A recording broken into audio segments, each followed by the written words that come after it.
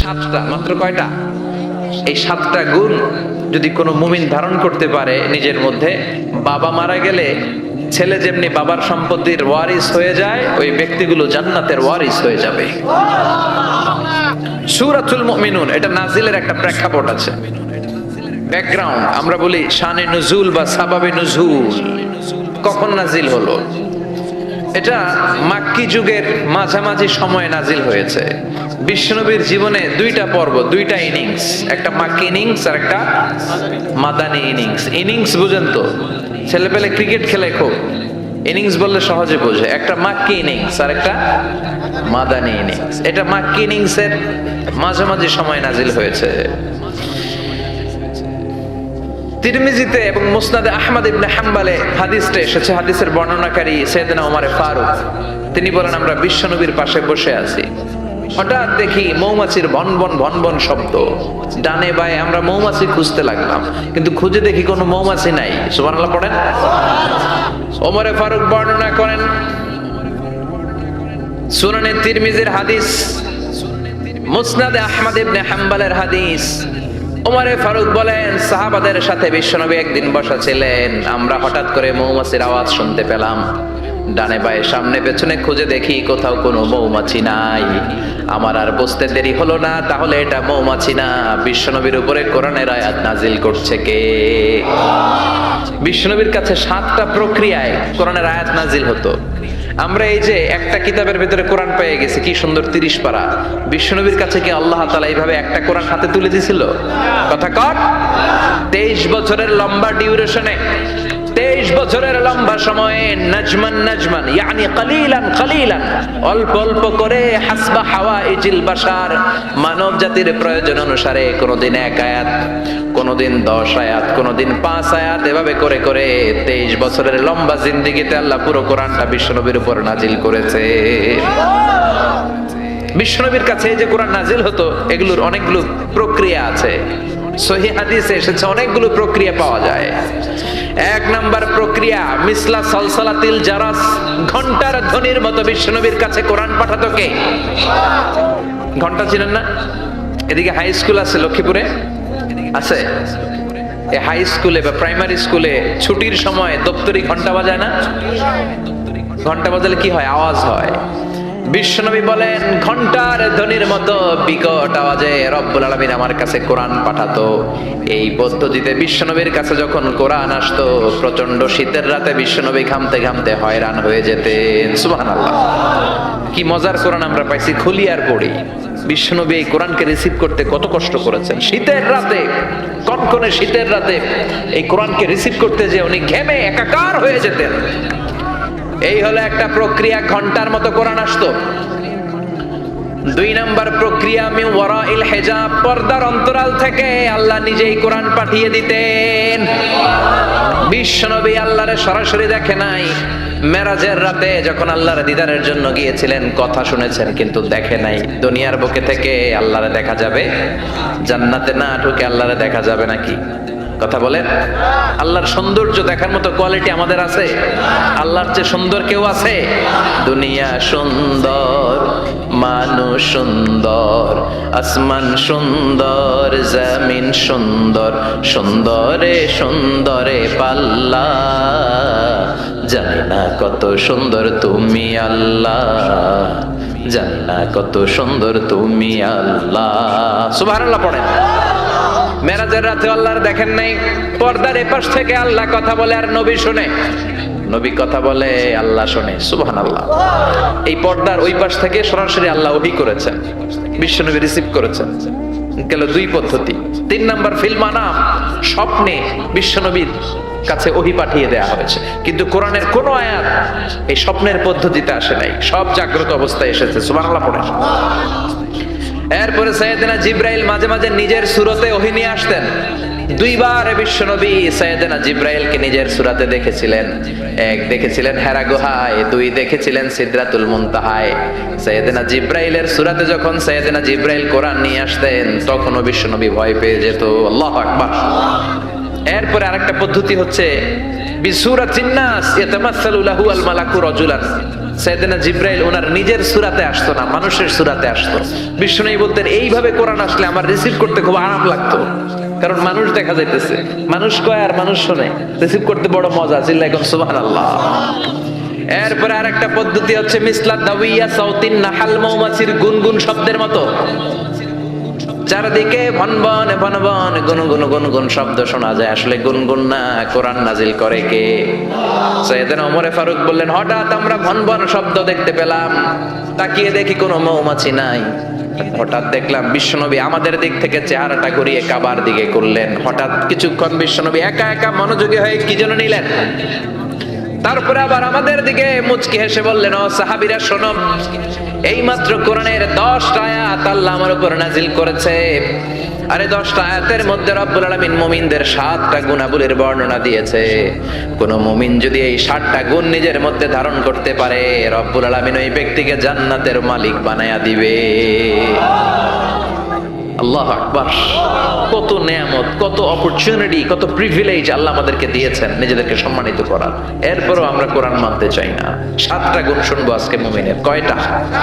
চিল্লায় বলেন সবাই, কয়টা গুণ শুনবো? 7টা গুণ। বিশ্বনবীর ইন্তেকালের পরে সাহাবারা মা আয়েশার কাছে যেয়ে বলে, ও আম্মা, আমাদের নবী কেমন ছিল বলেন? মা আয়েশা বলতেন, কানা খুলুকুহু আল কোরআন। বিশ্বনবীর চরিত্র ছিল কোরআনের চরিত্র। কিসের চরিত্র? পুরো 30 পারা কোরআনে থিওরিটিক্যালি যা বলে দেয়া আছে, বিশ্বনবীর জীবনীতে প্র্যাকটিক্যালি সেগুলো করে দেখানো আছে। সুবহানাল্লাহ। সাহাবারা বললেন, ও মা, এত সংক্ষেপে কেন বলেন? একটু বিস্তারিত বলেন, আমার নবীর চরিত্র কেমন ছিল? মা আয়েশা বললেন, ও সাহাবারা, তোমরা কি কোরআনের 23তম সূরা সূরাতুল মুমিনুনের প্রথম 10টা আয়াত তেলাওয়াত করো নাই? এই প্রথম 10টা আয়াতের ভিতরে যেই গুণের কথা আছে, সবগুলো গুণ দিয়ে তোমাদের নবীর জীবন সাজানো ছিল। আমরাও চাই আমাদের জীবনটাও এই গুণাবলী দিয়ে আমরা সাজাবো। রাজি আছেন তো?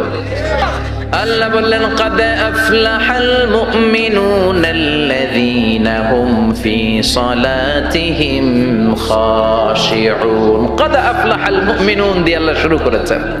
قد أفلح المؤمنون, successful indeed are the believers. সফল কাম হলো তারা ঈমান এনেছে যারা। কার কথা?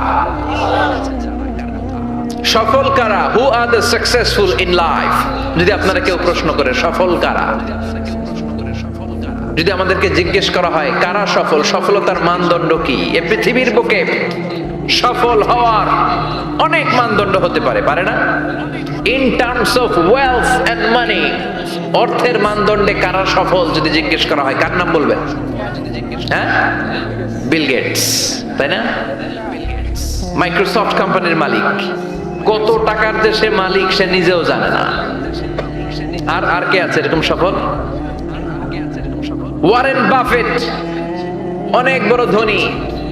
আর কে আছে? স্টিভ জবস, অ্যাপল কোম্পানির মালিক, তাই না? প্রিন্স ওয়ালিদ বিন তালাল, একটা প্লেন আছে, নিজের জেট প্লেন, যে প্লেনটার 70% স্বর্ণ দিয়ে বানানো প্লেন, এটার 70% মেড অফ গোল্ড। তাহলে অর্থের মানদণ্ডে যদি বলি সফল কারা, এদের নাম আসবে। ইনি সফল, ইনি সফল, ইনি সফল, ঠিক কিনা?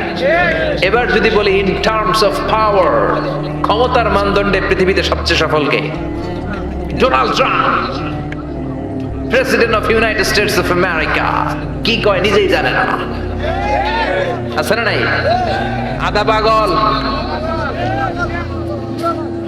সাইকিয়াট্রিস্টরা বলে ওর মাথার মধ্যে ঝামেলা আছে। কি কয় নিজেই বোঝে না।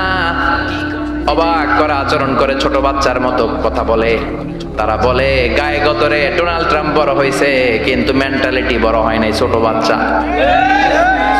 শরীরে বড় হয়েছে কিন্তু তার মানসিক অবস্থা ছোট বাচ্চার মতো। বাচ্চাগুলোকে ঘুষাঘুষি করে রাস্তায়। আমেরিকার প্রেসিডেন্ট,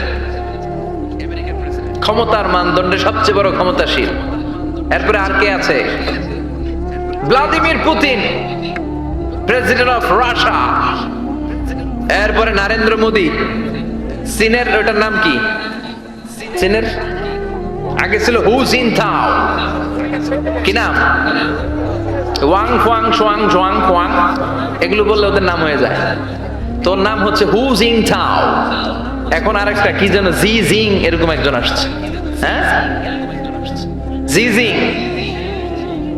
ক্ষমতার মানদণ্ডে অনেক ক্ষমতাশীল। অ্যাঞ্জেলা মার্কেল আছে, এটা এরা হচ্ছে ক্ষমতার মানদণ্ডে সফল।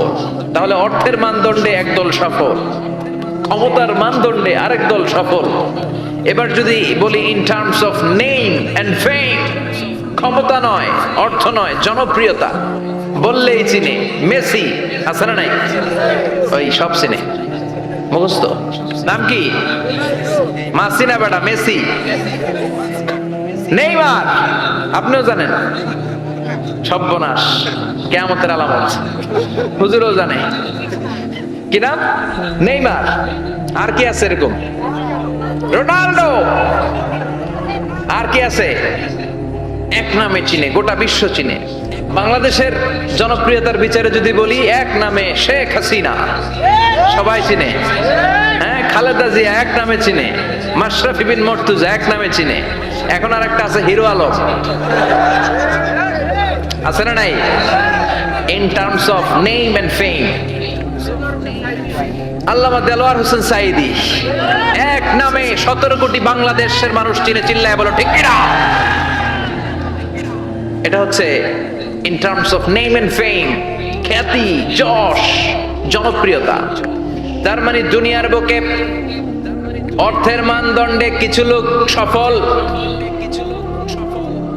আবার ক্ষমতার মানদণ্ডে কিছু লোক দুনিয়ার বুকে সফল, আবার জনপ্রিয়তার মানদণ্ডে কিছু নাম বললেই সবাই চিনে। অমিতাভ বচ্চন, শাহরুখ খান, আমির খান, সালমান খান, খয়ার খান, আছে না নাই? তো অর্থের মানদণ্ডে কেউ সেরা সফল, ক্ষমতার মানদণ্ডে কেউ সফল, জনপ্রিয়তার মানদণ্ডে সফল। আল্লাহ বলে আমার কাছে এগুলো মানদণ্ড না।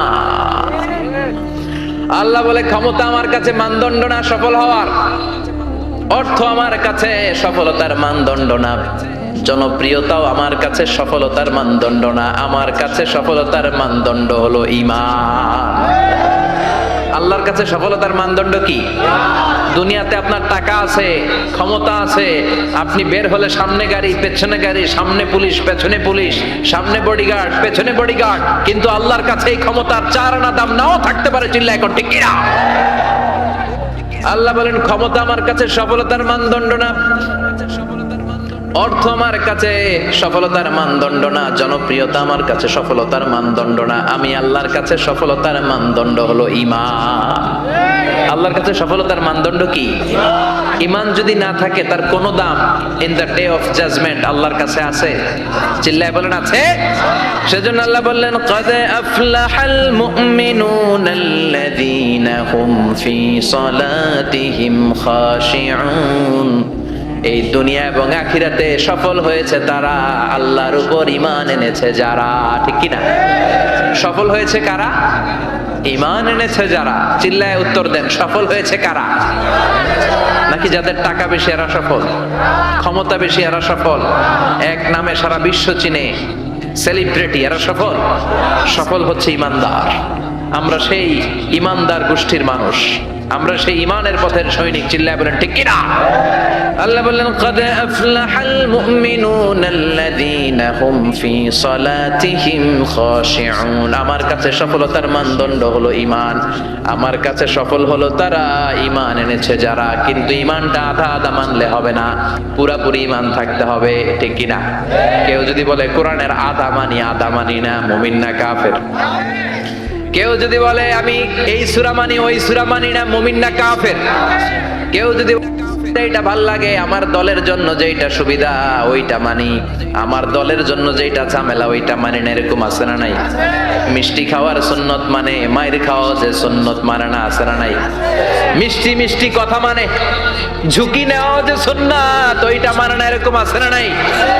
সুন্নাত নয় শুধু সুমধুর আলাপন, আর সুন্নাত হলো হুঙ্কার গর্জন। ঠিক কিনা? সুন্নাত শুধু নয় নির্জন ধ্যানে যাওয়া, আর সুন্নাত হলো পাথরের আঘাত খাওয়া। মোহাব্বতে তার সুদিনের সাথী তুমি, দুর্দিনেও তার পাশে থাকো কি। আরো কিছু সুন্নাত আছে তুমি জানো কি, জানলেও জীবনে কখনো তা মানো কি।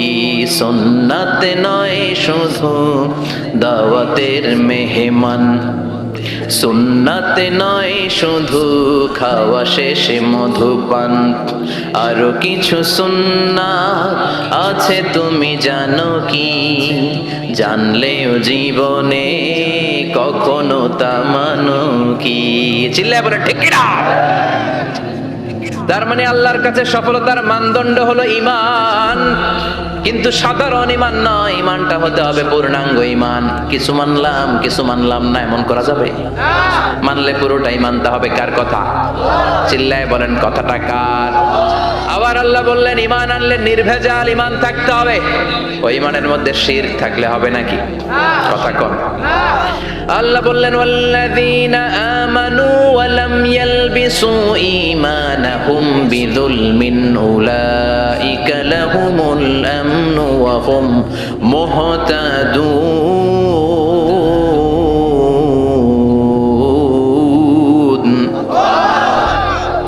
ঈমান আনার পরে ঈমানের সাথে যদি শিরকে তোমরা না মিলাও, তখন তোমাদের ঈমানটা নির্ভেজাল ঈমান হবে। তখন দুনিয়ার জীবনে তোমাদেরকে নিরাপত্তা দিবে কে? আবার হেদায়েত দিয়ে তোমাদেরকে ধন্য করবে কে?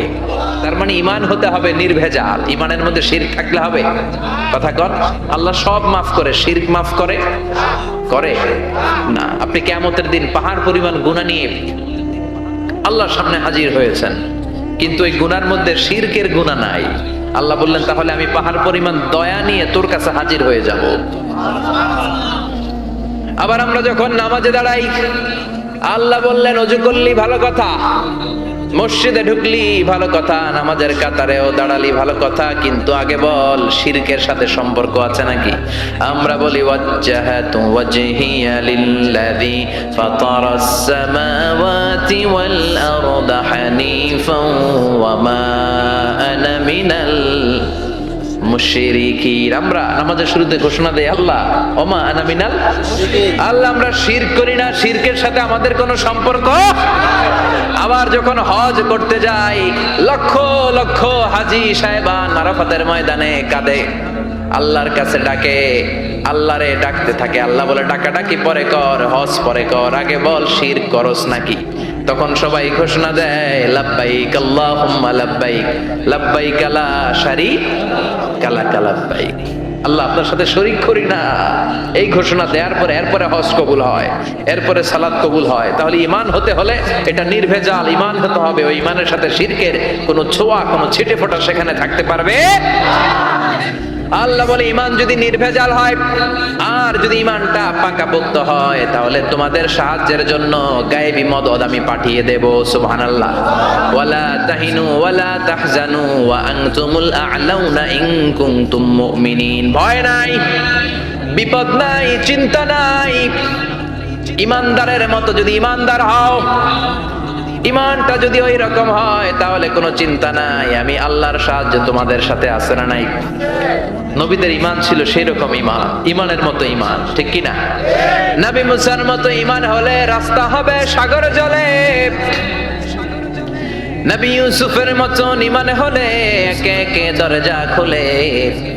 নবী ইব্রাহিমের মতো ঈমান যদি আজও থাকে বিদ্যমান, অগ্নিকুণ্ডে দেখতে পাবে খুবসুরত এক ফুল বাগান। সুবহানাল্লাহ পড়েন। এজন্য ঈমানের মতো ঈমান হলে সাহায্য পাঠাবে কে? আল্লাহ বললেন ওয়ালা তাহিনু ওয়ালা তাহজানু ওয়া আনতুমুল আ'লাউনা ইন কুনতুম মুমিনিন। ভয় পেও না, চিন্তা করো না, আল্লাহর সাহায্য আছে না নাই? বিপদ যত বেশি আসে, পরীক্ষা যত বেশি আসে, বিজয়ের পতাকা পতপত করে উড়ার সময়টা কাছে আসতে থাকে, ঠিক কি না? আকাশে যখন ঘুটঘুটে বেশি অন্ধকার দেখা যায়, প্রচন্ড অন্ধকারে যখন আকাশ একেবারে ছেয়ে যায়, রাত্রি যখন গভীর হয়ে যায়, সুবহে সাদিকের আলো আসার সময়টা কাছে আসতে থাকে, ঠিক কিনা? গর্ভবতী নারীর পেটের প্রসব বেদনা যত বেড়ে যায়, নতুন মেহমান দুনিয়াতে আসার সময় ঘনাতে থাকে, তেমনি ইমানদারের উপর আযাব গজব অত্যাচার যত বাড়তে থাকে, ইসলামের বিজয়ের সময়টাও কাছে আসতে থাকে। এজন্য ঈমান হতে হবে ইমানদারের মতো, ঈমান হতে হবে পাক্কা ঈমান। চিল্লায় বলেন ঠিক কিনা? সে আল্লাহ বললেন قد أفلح المؤمنون الذين هم في صلاتهم خاشعون. Successful indeed are the believers. সফল হলো তারা ঈমান এনেছে যারা। কার কথা? চিল্লায় বলেন। জিমে পড়ছেন? কষ্ট হচ্ছে? সফল হলো তারা ঈমান এনেছে যারা। তবে শুধু ঈমানদার বলে হাত তুললেই হবে না, 7টা গুণ সেই ঈমানদারের ভেতরে থাকার দরকার আছে না নাই? 1 নাম্বার গুণ আমরা শুরু করছি, কানগুলো খরগোশের মতো খাড়া করে শুনেন। শুনতেছেন? আল্লাহ বললেন আল্লাযীনা হুম ফি সালাতিহিম খাশিউন।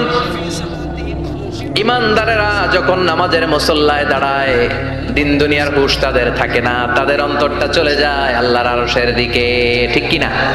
বিশ্বনবী বলতেন আনতা আবুদাল্লাহা কান্নাকা তারাহু, এমন ভাবে নামাজ পড়ো যেন তুমি আল্লাহরে দেখছো।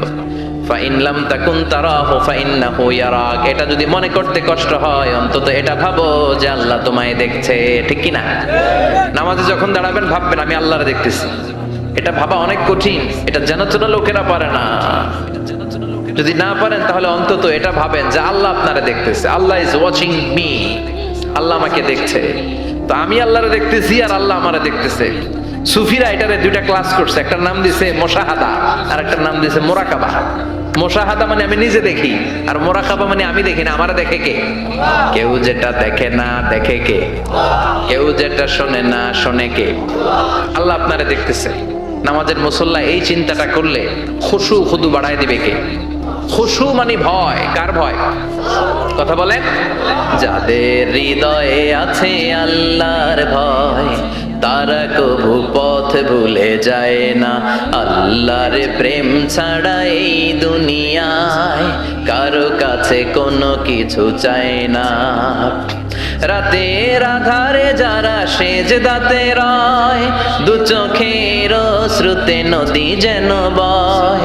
রাতের আধারে যারা সেজদাতে রয়, দু চোখের শ্রুতে নদী যেন বয়। ছলনার হাতছানি যতই আসুক, পেছনে ফিরেও সে তাকায় না। যাদের হৃদয়ে আছে আল্লাহর ভয়, তারা কবু পথ ভুলে যায় না। আল্লাহর প্রেম ছাড়া এই দুনিয়ায় কারো কাছে কোনো কিছু চায় না, কারো কাছে কোনো কিছু চায় না। ঠিক কি না? খুশু মানে আল্লাহর ভয়। আল্লাহর ভয় নিয়ে যদি কেউ মুসল্লার মধ্যে নামাজের জন্য দাঁড়ায়, তার মন ডানে বায়ে কোনো দিকে যেতে পারে নাকি? কথা বলেন। তার নজরটা থাকবে তার সিজদার দিকে। বান্দা যখন সিজদা থেকে নজর ডানে নেয়, আল্লাহ বলে বান্দা ফিরে আয়। আবার যখন বাম দিকে নজর করে, আল্লাহ ডাক দিয়ে বলে আকবিল ইয়া ইবাদি, আকবিল ফিরে আয়। আবার যখন উপরের দিকে তাকায় বলে ফিরে আয়। এরকম আছে না নাই? নামাজও পড়ে এমনি, নামাজও পড়ে আবার এমনি চায়, নামাজও পড়ে আবার ঘড়ির দিকে চায়। আছে না নাই?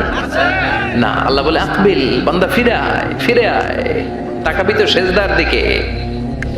3 বার নজর ডানে বায়ে যখন ঘোরানো হলো, 3 বারও যখন নজর ফিরায় না, আল্লাহ তখন ডেকে বলে লা হাজাতা লি লা সলাতিক, এই নামাজের কোনো দরকার আমার নাই। যে আল্লাহর জন্য ওযু করলেন, সময় দিলেন, এতক্ষণ ধরে নামাজ পড়লেন, ওই আল্লাহই যদি বলে তোর নামাজের দরকার নাই, তো কারে দিলেন নামাজ?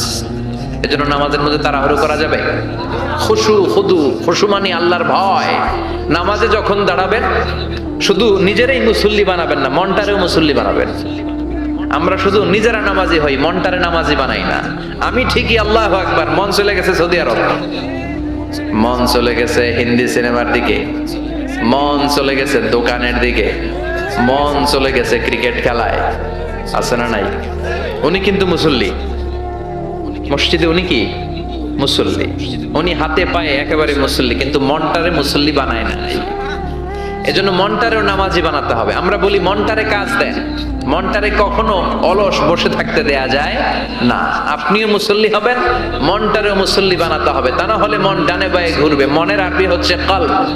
কলব মানে যেটা নাড়াচাড়া করে। এটা এখন এদিকে, পরে ঢাকায়, এরপরে সৌদি আরব, এরপরে আমেরিকা। এটার পাসপোর্টও লাগে না, ভিসাও লাগে না, এটা খালি দৌড়ায়, ঠিক কিনা? এজন্য মনটারে নামাজি বানানোর দরকার আছে না নাই? এজন্য আল্লাহ বললেন, কদ আফলাহাল মুমিনুনাল্লাযীনা হুম ফি সালাতিহিম খাশিউন। মুমিন বান্দাদের প্রথম গুণাবলী হলো, মুমিন বান্দারা যখন নামাজে পড়ে মনটারে নিয়ে নামাজ পড়ে। নিজেও নামাজি, মনটাও নামাজি, ঠিক কিনা? আমাদের অনেকের নামাজে মন বসে না। আমাদের অনেকে বলে, হুজুর নামাজে দাঁড়ালে মন সাথে থাকে না, নামাজে শুধু ভুল হয়, সূরা যে কয়বার পড়ে নিজেও জানি না। এরকম আছে না নাই? এদিকে ওদিকে চলে যায়। এখন মনটারে কিভাবে আপনি এক জায়গায় আনবেন, কনসেন্ট্রেট করবেন কিভাবে? বিশ্বনবী একবার মসজিদে ঢুকে দেখলেন এক সাহাবী নামাজ পড়তেছে, আল্লাহু আকবার, নামাজের মধ্যে এরকম করতেছে। এরকম করে না অনেকে? নামাজে পরে দাড়িও টানে, দাড়িও চুলকে, আছে না নাই? নামাজ পরে জামাও সোজা করে, নামাজ পরে দাড়িও টানে। বিশ্বনবী বললেন, লাউ খাশাআত কলবুহু লা খাশাআত জাওয়ারিহুহু। এর অন্তরে যদি আল্লাহর ভয় থাকতো তাহলে এর অঙ্গ প্রত্যঙ্গের মধ্যেও এই ভয়ের ইমপ্যাক্ট পড়তো। এই সাহাবীর অন্তরে আল্লাহর ভয় নাই, খুশু নাই, এজন্য হাতে পায়ের মধ্যেও খুশু নাই। হাত একবার এদিকে নড়ে, আরেকবার ওদিকে নড়ে। আমাদের এরকম সমস্যা আছে না নাই? বিশ্বনবী বললেন, তোমাদের যদি খুশু খুদু নামাজের মধ্যে বাড়াতে মনে চায়, নামাজের মুসল্লায় দাঁড়িয়ে হৃদয়টারে যদি আল্লাহর আরশে পাঠিয়ে দিতে মনে চায়, তাহলে নামাজের মুসল্লায় যখন দাঁড়াবা মনে করবা এটাই হতে পারে জীবনের শেষ নামাজ।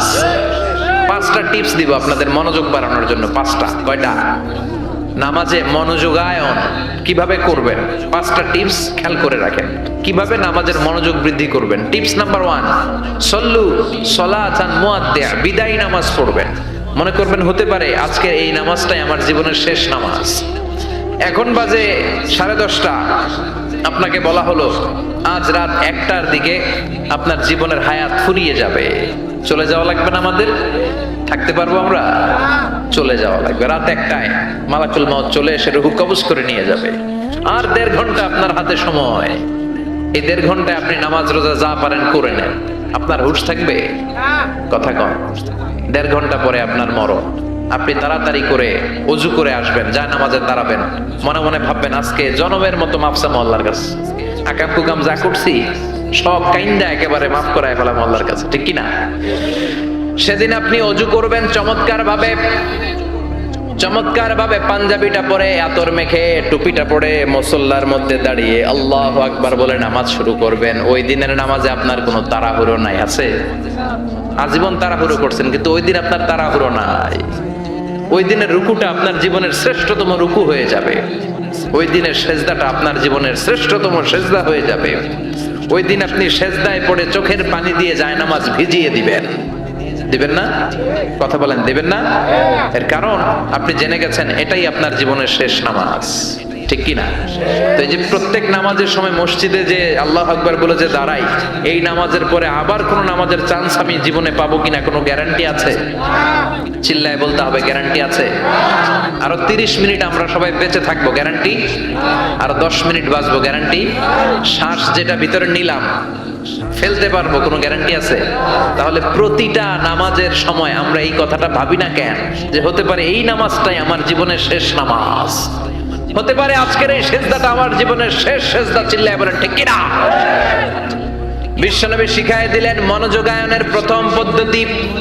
নামাজে মনোযোগ থাকে না, মনোযোগ যদি বাড়াতে চাও ভাবো এটাই হতে পারে জীবনের শেষ নামাজ। সল্লু সালাতান মুআদ্দিয়া, পারফর্ম দ্য সালাহ as if this is your last and final prayer. এমন ভাবে নামাজ পড়ো মনে করো এটাই হতে পারে জীবনের শেষ নামাজ। আজকে থেকে প্রত্যেকবার আল্লাহু আকবার বলার সময় এটা ভাবতে পারবো না আমরা যে হতে পারে এই নামাজটা আমার শেষ নামাজ। এই চিন্তাটা মাথার মধ্যে রাখার দরকার আছে না নাই? সাইয়েদনা আলী রাদিয়াল্লাহু তাআলা আনহু উনি যখন নামাজে দাঁড়াতেন দিন দুনিয়ার হুঁশ থাকতো না। উনার পায়ের মধ্যে জিহাদের ময়দানে তীর ঢুকেছে। তীর বের করতে গেলেই চিৎকার মারে, কাউরে তীর ধরতে দেয় না। বিশ্বনবী বললেন, বেলাল আকিমিস সালাহ, নামাজের একামত দাও। নামাজ শুরু করার আগে এক সাহাবীরে বললেন, নামাজের মাঝখান দিয়ে যে তুমি আলীর পা থেকে টেনে তীর বের করবে। কারণ আমি জানি আমার মেয়ের জামাই আলী যখন নামাজের যায়, নামাজে দাঁড়ায়, দিন দুনিয়ার কোনো হুঁশ আলীর আর থাকে না। একামত হলো আল্লাহু আকবার, আল্লাহু আকবার। বিশ্বনবী নামাজ শুরু করলেন, রুকু দিলেন, সিজদা দিলেন। দ্বিতীয় রাকাতের জন্য যখন দাঁড়ালেন, বিশ্বনবীর কথা মতো এই সাহাবী যে কাতারের মাঝখানে সাইয়েদনা আলীর পা থেকে গায়ে যত জোর ছিল টান মেরে তীর বের করেছে, ফিনকি দিয়ে রক্ত বের হয়েছে। সাইয়েদনা আলী মুহূর্তের জন্য টের পায় নাই। নামাজ শেষ, সালাম ফিরালেন, তাকিয়ে দেখে পায়ে তীর নাই, চারদিকে শুধু রক্তের বন্যা। বিশ্বনবী বললেন, ও আলী, চিন্তা করো না, আমার কথা মতো এক সাহাবী তোমার পা থেকে তীর বের করেছে। আমি জানি যখন তুমি নামাজের মুসল্লায় দাঁড়িয়ে যাও, তোমার মনটা দুনিয়ায় থাকে না, তোমার মনটা আল্লাহর আরশের দিকে চলে যায়। তোমার নামাজের মধ্যে খুশু খুদু এত বেড়ে যায়, আখিরাতের কথা এত তোমার স্মরণ হয়ে যায়, নামাজের মধ্যে তোমার পায়ের তীর টেনে বের করেছে, এক সেকেন্ডের জন্যও তুমি টের পাও নাই রে আলী। সুবহানাল্লাহ। উনি মনে করতেন এটাই জীবনের শেষ নামাজ। সাহাবারা যখন মরুভূমিতে নামাজ পড়তে দাঁড়াতেন, আকাশের পাখিগুলো এসে সাহাবাদের মাথার মধ্যে বসে যেত। মরুভূমির পাখিগুলো মনে করতে এগুলো খেজুর গাছ। কি মনে করে বসতো? কথা বলে না, জোরে কন। আছে, এলাকা আছে খেজুরের রস হয়? হ্যাঁ, হয়েছে? খাইছেন? পাখিগুলো মনে করতে এগুলো খেজুর গাছ, কারণ সাহাবারা নড়ে না, চড়ে না, ডানে বায়ে তাকায় না। খেজুর গাছ যেদিন ঠায় দাঁড়িয়ে থাকে, সাহাবারা ঠায় দাঁড়িয়ে থেকে নামাজ পড়তেন। চিল্লায় কোন আল্লাহু আকবার। তাহলে মনোযোগ বৃদ্ধির এক নাম্বার পদ্ধতি, মুসল্লায় যখন দাঁড়াবো ভাববো এটাই আমার জীবনের শেষ নামাজ, এরপরে হয়তো নামাজের সুযোগ নাও পেতে পারি, ঠিক কিনা? দুই নাম্বার পদ্ধতি হলো নামাজের মধ্যে আহকাম এবং আরকান গুলো ধীরস্থির ভাবে আদায় করতে হবে, তাড়াহুড়ো নামাজের মধ্যে করা যাবে না। আমাদের হানাফি মাযহাবে তা'দিলুল আরকান এটা ওয়াজিব। রুকুনগুলো আদায় করার সময় ধীরস্থির ভাবে আদায় করা, এটা হানাফি মাযহাবে কি ওয়াজিব। চিল্লায় বলেন, এটা কি ওয়াজিব? তরক করলে কি করতে হয়? হ্যাঁ, সহু সেজদা দিতে হয়। কিন্তু অন্যান্য মাযহাবে এটা ফরজ, এটা বাদ দিলে আপনার নামাজি হবে না, তাড়াহুড়ো করলে নামাজি হবে না। বিশ্বনবী দেখলেন মসজিদে নববীতে এক সাহাবী নামাজ পড়ে। নামাজ শেষে নবীর কাছে আসলে বিশ্বনবী বললেন, সল্লি ফাইন্নাকা লাম তুসল্লি, নামাজ পড়ো কারণ তোমার নামাজ হয় নাই। সাহাবী আবার বললেন, আবার আসলেন, বিশ্বনবী বললেন, সল্লি ফাইন্নাকা লাম তুসল্লি, নামাজ পড়ো তোমার নামাজ হয় নাই। সাহাবী আবার নামাজ পড়ে আবার নবীর কাছে আসলেন, বিশ্বনবী বললেন, সল্লি ফাইন্নাকা লাম তুসল্লি, নামাজ পড়ো নামাজ হয় নাই। এবার সাহাবী এসে বলে, ও নবী, তিনবার পড়লাম, নামাজ আমার হয় না, এর চেয়ে ভালো নামাজ আমি পড়তে জানি না। বিশ্বনবী বললেন, তাহলে আসো আমি শিখাইয়া দেই। যখন নামাজে দাঁড়াবা ধীরস্থির ভাবে দাঁড়াবা, রুকুতে যখন যাবা পিঠটারে টান টান করে সোজা করে দিবা। বিশ্বনবী যখন রুকু দিতেন, বিশ্বনবীর পিঠটা একেবারে স্ট্রেট ফরওয়ার্ড। সাহাবারা বলতেন, বিশ্বনবীর রুকু দেওয়া পিঠের উপরে যদি পানি ভর্তি একটা গ্লাস রেখে দেওয়া হয়, পানিগুলা কাঁপবে না, গ্লাসটাও পড়বে না। সুবহানাল্লাহ। তার মানে বিশ্বনবীর রুকুর পিঠটা কেমন ছিল? Straight forward. বিশ্বনবী বলেন, রুকু থেকে দাঁড়াবা, ধীরস্থির ভাবে দাঁড়াও। আবার সেজদায় গেলে ধীরস্থির ভাবে যাও। আমাদের দেশে অনেকে রুকু থেকে কোন রকম মাথাটা তুলে আবার সেজদায় দৌড় মারে, আছে না নাই? লক্ষ্মীপুরে নাই, এদিকেও আছে। দুই সেজদার মাঝখানে ধীরস্থির ভাবে বসা হচ্ছে ওয়াজিব। অনেকে এক সেজদা থেকে কোন রকম মাথাটা একটু উপরের দিকে উঠিয়ে আরেক সেজদায় মুরগির মতো ঠোকর মারে, এরকম তো এদিকে নাই না? আবার অনেকে ইমাম সাহেবের আগে দৌড় মারে, আছে না নাই?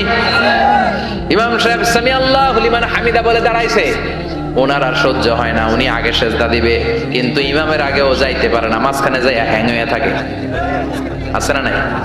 মোবাইল মাঝে মাঝে হ্যাং হয় না, মানে সামনেও যায় না পিছনেও যায় না। তো ওনারাও ইমামের আগে সেজদায় যাবে, তো ইমাম যাইতে পারে না, উনিও যেতে পারে না, মাঝ অবস্থায় যায় কি হয়? হ্যাং।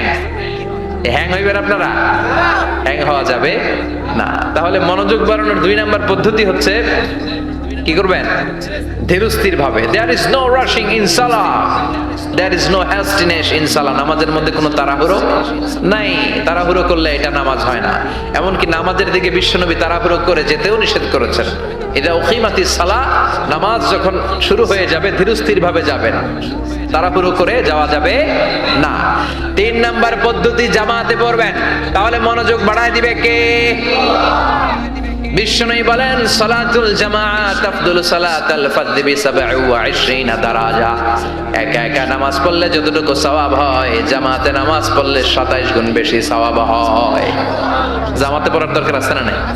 জামাতে পড়লে আর মনোযোগ এদিক সেদিক যায় না। সবাই আল্লাহু আকবার, আমি আল্লাহু আকবার, সবাই আসসালামু আলাইকুম রাহমাতুল্লাহ, আমি আসসালামু আলাইকুম রাহমাতুল্লাহ। মন আমার এদিক সেদিক যাওয়ার সুযোগ আছে? কম, ঠিক কি না? 4 নাম্বার, নামাজে যা বলেন অর্থ বোঝার চেষ্টা করেন। আমরা সালাতে যেটা বলি এটার অর্থ বুঝি না। আমরা প্রতিদিন বলি আলহামদুলিল্লাহি রাব্বিল আর রহমানির মালিকি, আবার বলি সামি আল্লাহু লিমান হামিদা, কি কইলাম বুঝি নাই। সুবহান রাব্বিয়াল আলা মানে কি জানি না। আত-তাহিয়াত লিল্লাহি ওয়াস সালাওয়াত ওয়াত তাইয়্যিবাত অর্থ কি জানি না। এজন্য সালাতে যা বলেন এটা বুঝে বুঝে বলার চেষ্টা করেন। অ্যাট লিস্ট সালাতে যেটা আপনি পড়েন এটার অর্থটা শেখার চেষ্টা করেন, তাহলে বললে হৃদয়ের মধ্যে টাচ লাগবে, অন্তরে দরদ লাগবে, চিৎকার করে বলেন ঠিক কি না। 5 নাম্বার পদ্ধতি, নামাজের মধ্যে যে সুন্নাত গুলো আছে সুন্নাত গুলো আদায় করবেন, তাহলে নামাজের মধ্যে মনোযোগ বাড়ায়া দিবে কে? হাত তোলা সুন্নাত তোলেন। রাফউল ইয়াদাইন যদি করেন, অভ্যাস যদি থাকে, বারবার হাত তোলা তুলেন, প্রতিবার তুললে 10টা করে সওয়াব। আমিন বলবেন, যে মসজিদে জোরে জোরে বলেন, আস্তে তো আস্তে বলেন, কিন্তু বইলেন, বলার দরকার আছে না নাই? বিশ্বনবী বললেন ইদা আম্মানাল ইমাম আমিনু, ইমাম যখন আমিন বলে তোমরাও আমিন বলো, কারণ তোমরাও যখন আমিন বলো ফেরেশতারাও আমিন বলে। তোমাদের আমিন ফেরেশতাদের আমিন যখন মিলে যায় তোমাদের জীবনের সব গুনাহ মাফ করে দেয় কে? এজন্য আমিন জোরে কোন বাস্তে কোন বলবেন, এটা ছাড়বেন না। তাশাহুদের মধ্যে আঙ্গুল তুলবেন, হয় নাড়াবেন নয় তুলে রাখবেন, এটা সুন্নাহ। আশাদ্দু আলা শাইতান মিনাল হাদিদ, শয়তান রে লোহা দিয়ে পিটাইলে যত কষ্ট পায়, তাশাহুদে বসে এই আঙ্গুলটা নাড়ালে এর চেয়ে বেশি কষ্ট পায়। সুবহানাল্লাহ কইবেন না? এজন্য মুরাআতুস সুনান, সুন্নাত গুলো মানার চেষ্টা করেন, সালাতে মনোযোগ বাড়ায় দিবে কে? এজন্য আল্লাহ বললেন কাদ আফলাহাল মুমিনুনাল্লাযীনা হুম ফি সালাতিহিম খাশিউন, সফল হলো তারা ঈমান এনেছে যারা।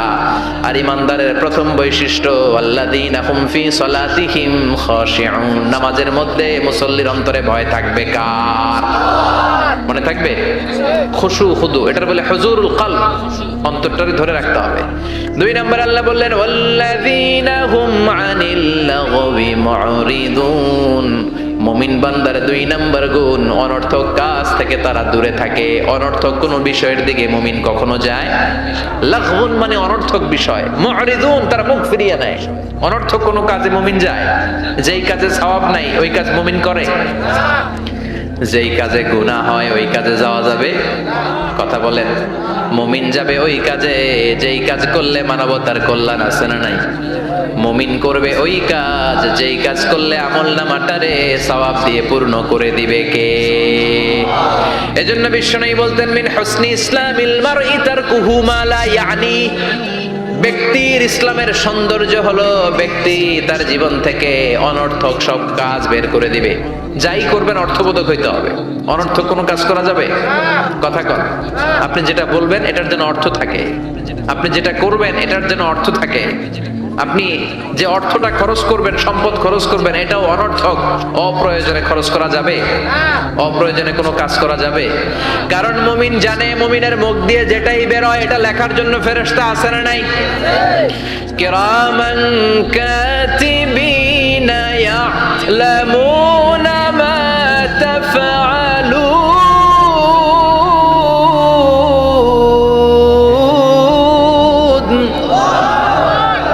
যাই করি ভালো হোক কিংবা মন্দ হোক লিখে রাখার জন্য কিরামান কাতিবিন আছে না নাই? আবার মুমিন জানে মা ইয়ালফিযু মিন কাউলিন ইল্লা লাদাইহি রাকীবুন আতীদ। মুমিন তার মুখ দিয়ে যেটা বের করে সেটা লিখে রাখার জন্য ফেরেশতা আছে না নাই? এজন্য মুমিন যেটাই করবে এটা অর্থবোধক হবে। অনর্থক কোনো কাজ করা যাবে? অনর্থক কোনো বাক্য উচ্চারণ করা যাবে? মুমিন তার চোখ দিয়ে ওই জিনিসটাই দেখবে যেটা দেখলে সওয়াব আছে না নাই? মুমিন মুখ দিয়ে সেটাই পড়বে, সেটাই উচ্চারণ করবে যেটা উচ্চারণ করলে প্রতি অক্ষরে অক্ষরে সওয়াব দিবে কে? চিল্লায় বলেন কে? আপনি যদি অনর্থক কাজের দিকে মনোনিবেশ করেন, ফোকাস দেন, তাহলে আপনি ভালো কাজের দিকে ফোকাস দেওয়ার সময় পাবেন না। আমাদের দেশের ছেলেপেলারা যত আজে বাজে কাজ আছে এগুলো নিয়ে ব্যস্ত আছে না নাই? হিন্দি সিনেমা, ওই যে হুজুর কইতেছে মোবাইল নিয়ে টিপা টিপি আছে না নাই? খেলাধুলা, রাজনীতি, এগুলো নিয়ে ব্যস্ত, ফলে ভালো কাজে তারা ফোকাস দিতে পারে না। আর যারাই এগুলো থেকে বেরিয়ে কনস্ট্রাকটিভ কাজ করে তাদের জীবনটারে বরকতময় করে দেয় কে?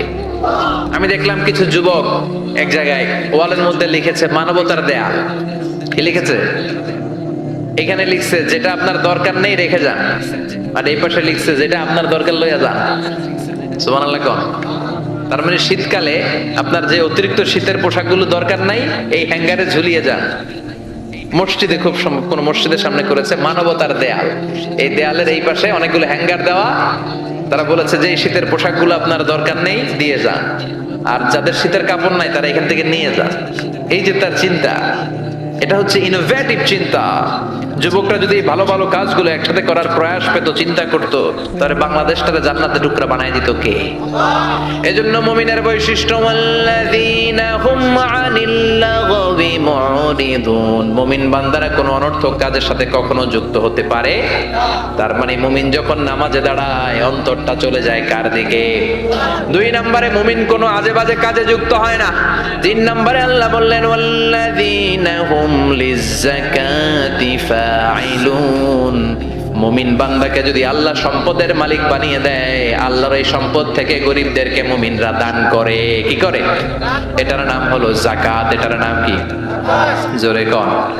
দে যাকাত তোরা দে রে যাকাত, তোর দিল খুলবে পরে আগে খুলো খাত। দে যাকাত তোরা দে রে যাকাত। চিল্লা এখন ঠিক কিনা?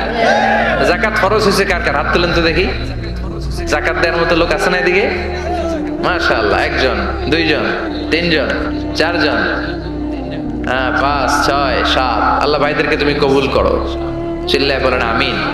যাকাত দেয়াটা এটা অপশনাল নয়, এটা কম্পালসারি। ওয়াফি আমওয়ালিহিম হাক্কুন লিসাইলি ওয়াল মাহরুম। তোমার সম্পদে গরিবদের জন্য আল্লাহ এটা অধিকার করে দিয়েছে।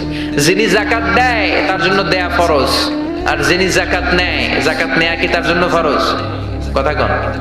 তাহলে সে আপনার কাছ থেকে যাকাত নিয়ে আপনাকে ফরজ কাজটা করার ক্ষেত্রে সহযোগিতা করেছে। আপনি কোনো করুণা তারে করেন নাই। চিল্লায় বলেন ঠিক কিনা? আবার আল্লাহ বলেন যাকাত দিবি না কেন? টাকা কি তোর নাকি? ওয়ামিম্মা রাযাকনাহুম ইউনফিকুন। আমি যেটা রিজিক হিসেবে দিছি ওইখান থেকে দে। সম্পদের মালিক আমি বানিয়েছি, অর্থ সম্পদ আমি আল্লাহ দিয়েছি, আবার আমি আল্লাহ আদেশ করেছি দেওয়ার জন্য। ঠিক কিনা? ইসলাম চায় না রাস্তার এক পাশে 5 তলা আর এক পাশে গাছতলা। ইসলাম চায় সম্পদের সমানভাবে তারল্য। যাকাত এটা ফার্জ, দিয়ে দাও, তা না হলে কঠিন আযাবের সুসংবাদ দিচ্ছে কে? চিল্লায় বলেন কে? والذين يكنزون الذهب والفضة ولا ينفقونها في سبيل الله فبشرهم بعذاب أليم। যারা স্বর্ণ জমায়, যারা রৌপ্য জমায়, যারা প্রাইজ বন্ড জমিয়ে রাখে, যারা ফিক্সড ডিপোজিট করে রাখে, সম্পদের প্রাচুর্যতা থাকার পরেও যাকাত দেয় না, নবী তাদেরকে কঠিন আযাবের সুসংবাদ দেন। কার কথা? চিল্লায়া বলেন। আযাবের কি সুসংবাদ হয় না দুঃসংবাদ? কথা কন। কিন্তু আল্লাহ এখানে বলছে সুসংবাদ।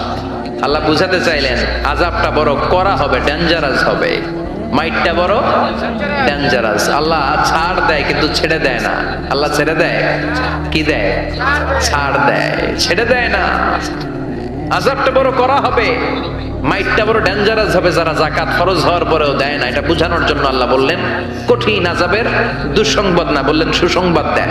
ছেলে পরীক্ষায় ইংরেজিতে ফেল করছে, মা বলে চান্দু ইংরেজিতে ফেল করছো, তোর বাপে আসুক, এমন মাইট দিবে, মাইট দিলে মজা টের পাবি। অমিয়া মাইট দিলে কি মজা লাগে? কি লাগে? ব্যথা লাগে। তো মজার কথা বললেন কেন? মাইটটা যে করা হবে, মাইটটা কি হবে? করা হবে। এজন্য যাকাত ফরজ হওয়ার পরে যারা যাকাত দেয় না তাদের জন্য করা মাইর আল্লাহর কাছে আছে না নাই? চিল্লায় বলেন। অনেকে দেখবেন যাকাতের শাড়ি দেয়, যাকাতের লুঙ্গি দেয়। যাকাতের শাড়ি বলতে কোনো শাড়ি আছে? কথা কর। এমন শাড়ি, এমন পাতলা শাড়ি একবার ধুইলে দ্বিতীয়বার আর পরা যায় না। শাড়ি আপনার দিকে বেচকি দিয়ে চাই থাকে, রং নাই, আছে না নাই? আবার এই শাড়ি লুঙ্গিগুলো নেওয়ার জন্য যারা লাইন ধরে ঢুকে এরাও পদপৃষ্ঠ হয়ে মারা যায়, আছে না নাই? কিছু ভিডিও ক্লিপসে আমরা দেখলাম যে হাজার হাজার মানুষ এই পাতলা বাজারের সবচাইতে নিম্নমানের সুতা দিয়ে বানানো যাকাতের শাড়ি নেয়ার জন্য এসেছে, ধাক্কা ধাক্কি আর ভিড়ে পদপৃষ্ঠ হয়ে অনেকগুলো মহিলা মারা গিয়েছে। কিয়ামতের দিন এই যাকাত নামের এই কলঙ্ক সাজানোর জন্য যে এই আয়োজন করেছিল তাকে আল্লাহর সুপ্রিম কোর্টের কাঠগড়ায় জবাবদিহিতা করতে হবে। চিল্লায় বলেন ঠিক কিনা?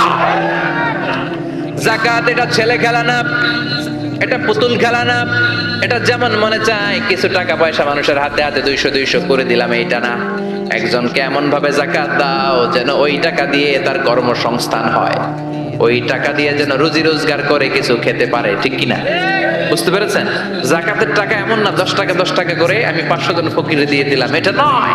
একজনের একটা সিএনজি কিনে দেন, তাহলে সিএনজি চালায়া সে তার ফ্যামিলিকে ভরণ পোষণ দিতে পারবে, আর কোথাও যে হাত পাতা লাগবে না। একটা গাভী কিনে দেন, গাভীর দুধ বিক্রি করে ওর জীবন চলে যাবে। ঠিক কিনা? একটা টঙের দোকান, চায়ের দোকান করে দেন, ঝালমুড়ির দোকান বানায় দেন, ওইটা বিক্রি করে করে ওর জীবন চলে যাবে, সুন্দর চলবে, ফ্যামিলিটা চলবে, আর কোথাও যে তার হাত পাতা লাগবে। এটা হচ্ছে যাকাত দেওয়ার পদ্ধতি। আল্লাহ আমাদেরকে বোঝার তৌফিক দাও। চিল্লায় পড়েন আমিন। এরপর আল্লাহ বললেন ওয়াল্লাযীনা হুম লিফুরুজিহিম হাফিযুন। মুমিন বান্দার 4 নম্বর গুণ, তারা তাদের লজ্জাস্থানের হেফাজত করে, তাদের প্রাইভেটকে তারা হেফাজত করে। লজ্জাস্থানের হেফাজত, যুবকদের ওয়াজ। বিশ্বনবী বলেন মাইয়াদমান লি মা বাইনা লিহিয়াইহি ওয়া মা বাইনা রিজলাইহি আদমান লাহুল জান্নাহ। আমার কোন উম্মত তার 2 চোয়ালের মাঝখানে যা আছে, মানে জিহ্বা, এই জিহ্বার 2 পায়ের মাঝখানে যা আছে তার প্রাইভেট, তার লজ্জাস্থানের গ্যারান্টি যদি আমারে দেয় যে এই 2টা অঙ্গের কোনো পাপ গুনাহ সে করবে না, আমি তাকে জান্নাতের গ্যারান্টি দেই। সুবহানাল্লাহ। বাড়িতে যাই বললেন।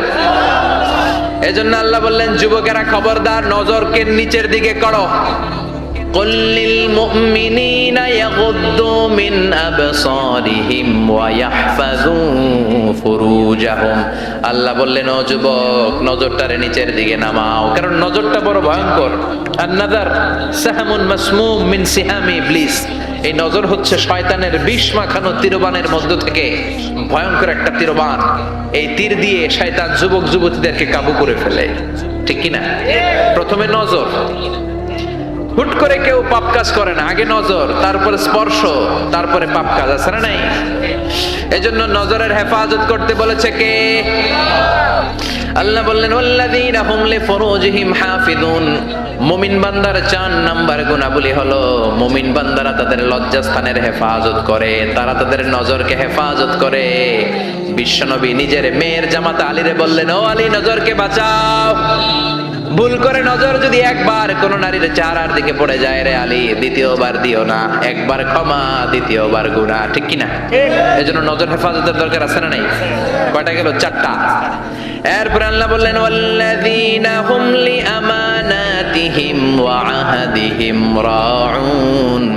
মুমিন বান্দার 5 নাম্বার গুণাবলী হলো মুমিন বান্দারা আমানতের খেয়ানত করে না, করে আমানতের হেফাজত করে, আর প্রতিশ্রুতি দিলে প্রতিশ্রুতি রাখে। আমানত, ট্রাস্টওয়ার্দিনেস। বিশ্বনবীর নাম ছিল আল আমিন, আস-সাদিক, আল আমিন। মক্কায় বিশ্বনবীর চাইতে বিশ্বস্ত কেউ ছিল? চিল্লায় বলেন। সবাই এসে বিশ্বনবীর কাছে আমানত রেখে যেত। দল করতো আবু জাহেলের, দল করে কার? আমানত রাখে কার কাছে? সুবহানাল্লাহ কইবেন না? লোকজন যখন তায়েফে বেড়াতে যেত, দামি দামি জিনিস এনে বিশ্বনবীর বলতো, আব্দুল্লাহর বেটা মুহাম্মদ, এই দামি জিনিসটা তোমার কাছে রাখলাম, রাখো। বিশ্বনবী বলতেন, দল করো আবু জাহিল্লার কাছে রাখো। তারা বলতো, আবু জাহেলের কাছে রাখা যাবে না, কারণ আবু জাহিল্লাই ডাকাত, খাইয়া ফেলাইবো। কথা কন, খাইয়া ফেলে না? ব্রিজ ভেঙে গেলে দেখা যায় যে রড নাই, আছে কি? তার মানে লোহা গেছে কই, রড কই? এক একটার পেটের ভিতরে আল্লাহ 10টা করে পাকস্থলী দিস। কথা কন, 10টা পাকস্থলী না হইলে লোহা হজম করা যায়? কথা বলেন। সিমেন্ট খায় ফেলায়, টিন খায়, টিন আছে না নাই? পারলে পুরা দেশটা খায়া ফেলায়। ওই যে কয় শেয়ার বাজার খায়া ফেলায়, আছে না নাই? হলমার্ক খায়া ফেলায়, দেশটারে খায়া ফেলায়, আছে না নাই? আমানতের খেয়ানত করা যাবে না। ইন্নাল্লাহা ইয়া'মুরুকুম আন তু'আদ্দুল আমানাতি ইলা আহলিহা। আল্লাহ অর্ডার করেছেন আমানতের হকদার যে হাতে পৌঁছে দাও। কার কথা? আল্লাহ। আমানতের যে খেয়ানত করে বিশ্বনবী তারে বলেছেন মুনাফিক। মুনাফিকের কয়েকটা আলামত বলেছেন বিশ্বনবী। আয়াতুল মুনাফিকি সালাস, ইযা হাদাসা কাযাবা, মুনাফিক যখন কথা বলে মিথ্যা বলে। ওয়া ইযা ওয়া'আদা আখলাফা, ওয়াদা দিলে খেলাফ করে। ওয়া ইযা তুমিনা খানা, আমানত রাখলে আমানতের খেয়ানত করে। ঠিক কি না? আমানত এটা ব্যাপক বিষয়। এই যে আপনার সুস্বাস্থ্য, এটা আপনার কাছে আমানত। আপনার চেহারা সুন্দর, এটা আমানত। আপনার স্ত্রী, আপনার সন্তান আপনার কাছে আমানত। আপনি সমাজে খুব ফেমাস, এটা আপনার কাছে আমানত। যাকে আল্লাহ যেই দায়িত্ব দিয়েছে ওইটা আল্লাহ তার কাছে আমানত রেখেছে। ঠিক কি না? ইমাম সাহেব, মসজিদের সবকিছু আপনার কাছে আমানত।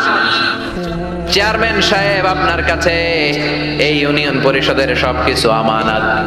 মেম্বার সাহেব আপনারও আমানত। আবার যিনি মেম্বার অফ দ্য পার্লামেন্ট, এই নির্বাচনী এলাকা পুরোটাই আপনার কাছে আমানত। চিল্লায় কোন ঠিক কিনা? যিনি মন্ত্রী, পুরো মন্ত্রণালয় আপনার কাছে আমানত।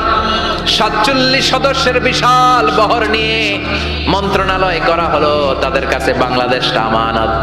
ও প্রধানমন্ত্রী, আপনার কাছে আমার লাল সবুজের পতাকাটা আমানত। সেনাবাহিনীর কাছে দেশের ভূখণ্ড রক্ষা করা আমানত। ঠিক কিনা?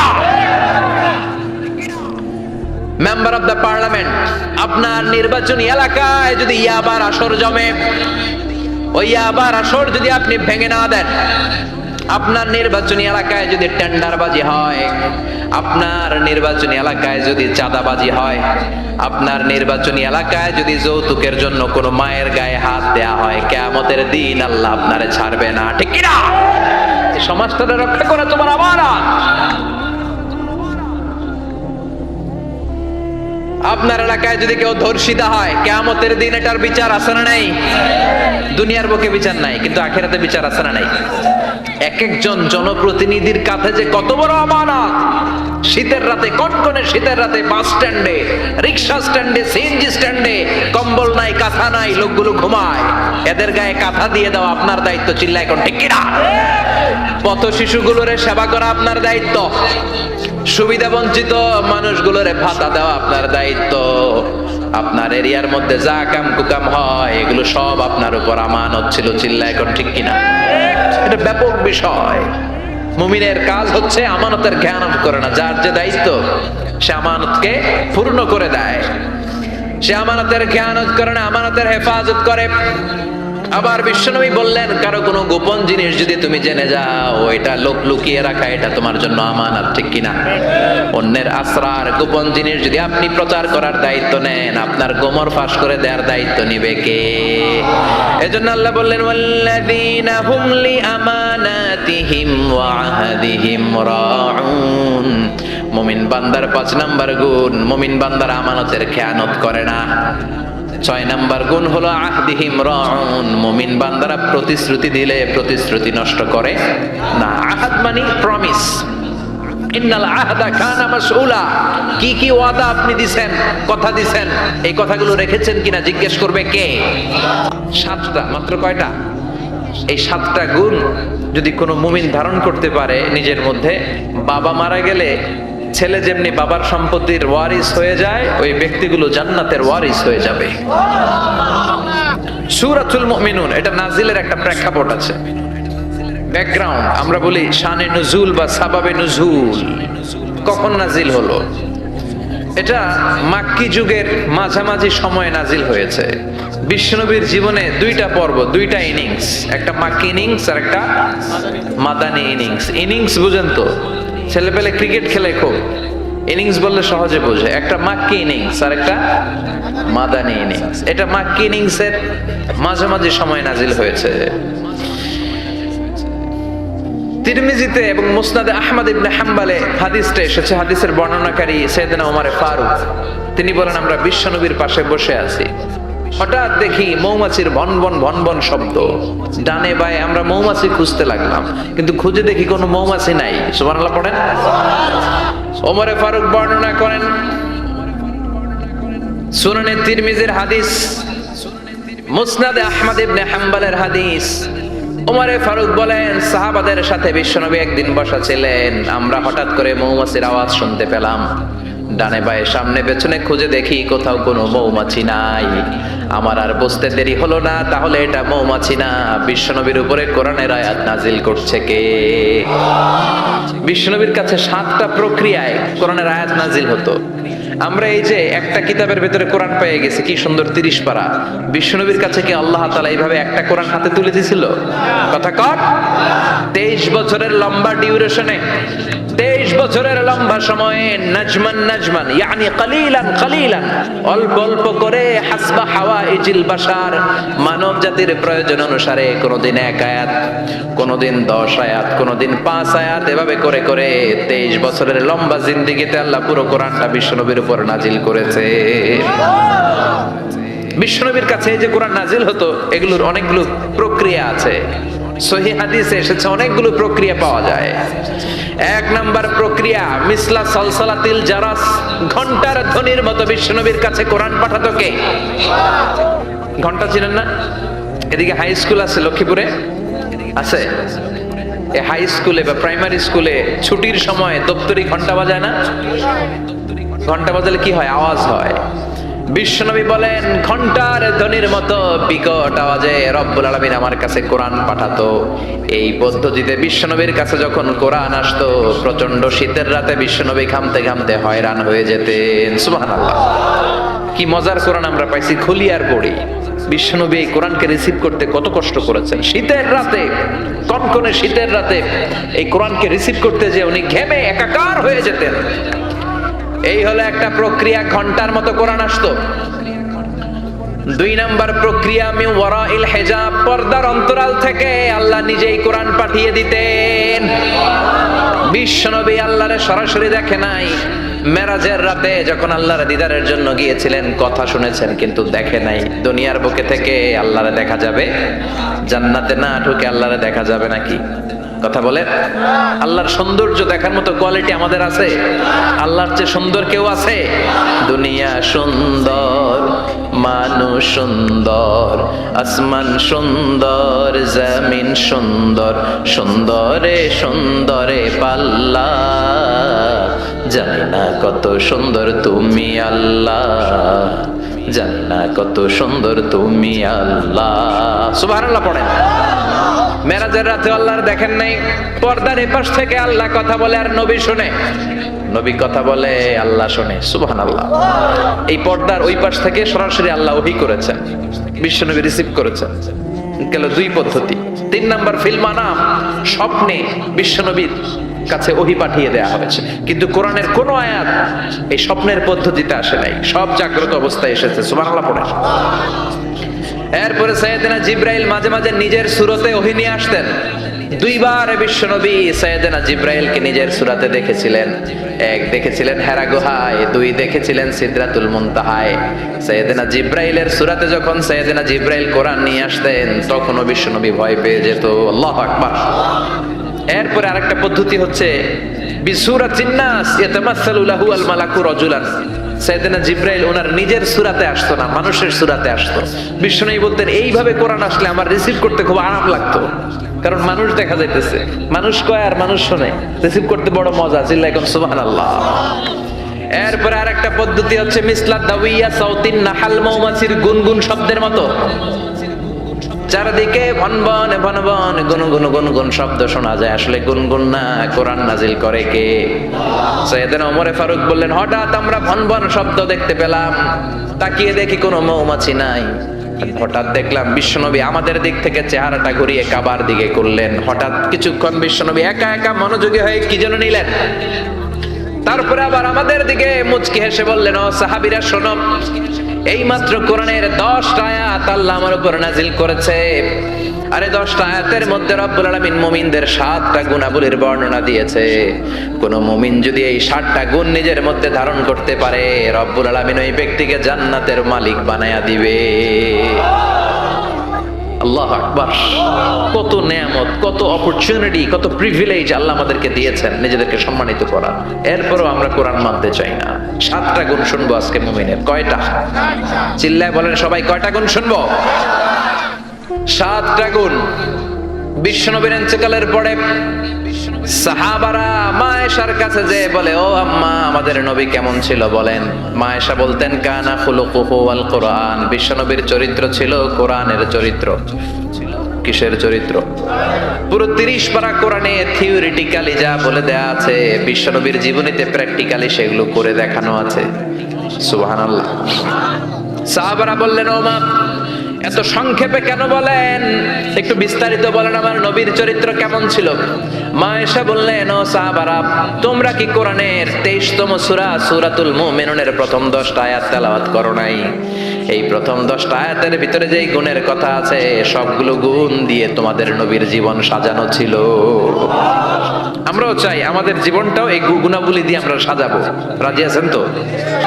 আল্লাহ বললেন, قد أفلح المؤمنون الذين هم في صلاتهم خاشعون। قد أفلح المؤمنون দিয়ে আল্লাহ শুরু করেছেন। قد أفلح المؤمنون, successful indeed are the believers। সফল কাম হলো তারা ঈমান এনেছে যারা। কার কথা? সফল কারা? Who are the successful in life. যদি আপনারা কেউ প্রশ্ন করে সফল কারা, যদি আমাদেরকে জিজ্ঞেস করা হয় কারা সফল, সফলতার মানদণ্ড কি? এ পৃথিবীর বুকে সফল হওয়ার অনেক মানদণ্ড হতে পারে, পারে না? In terms of wealth and money, অর্থের মানদণ্ডে কারা সফল যদি জিজ্ঞেস করা হয়, কার নাম বলবেন? হ্যাঁ, বিল গেটস, তাই না? মাইক্রোসফট কোম্পানির মালিক, কত টাকার দেশে মালিক সে নিজেও জানে না। আর কে আছে এরকম সফল? ওয়ারেন বাফেট, অনেক বড় ধনী। আর কে আছে? স্টিভ জবস, অ্যাপল কোম্পানির মালিক, তাই না? প্রিন্স ওয়ালিদ বিন তালাল, একটা প্লেন আছে, নিজের জেট প্লেন, যে প্লেনটার 70% স্বর্ণ দিয়ে বানানো প্লেন, এটার 70% মেড অফ গোল্ড। তাহলে অর্থের মানদণ্ডে যদি বলি সফল কারা, এদের নাম আসবে। এনি সফল, এনি সফল, এনি সফল, ঠিক কিনা? এবার যদি বলি ইন টার্মস অফ পাওয়ার, ক্ষমতার মানদণ্ডে পৃথিবীতে সবচেয়ে সফল কে? Donald Trump, president of United States of America. কি কয় নিজেই জানে না, আছে না নাই? আদা পাগল। সাইকিয়াট্রিস্টরা বলে ওর মাথার মধ্যে ঝামেলা আছে। কি কয় নিজেই বোঝে না। অবাক করা আচরণ করে, ছোট বাচ্চার মতো কথা বলে। তারা বলে গায়ে গতরে ডোনাল্ড ট্রাম্প বড় হয়েছে, কিন্তু মেন্টালিটি বড় হয় নাই, ছোট বাচ্চা। শরীরে বড় হয়েছে কিন্তু তার মানসিক অবস্থা ছোট বাচ্চার মতো। বাচ্চাগুলোকে ঘুষাঘুষি করে রাস্তায়। আমেরিকান প্রেসিডেন্ট, ক্ষমতার মানদণ্ডে সবচেয়ে বড় ক্ষমতাশীল। এরপরে আর কে আছে? Vladimir Putin, president of Russia.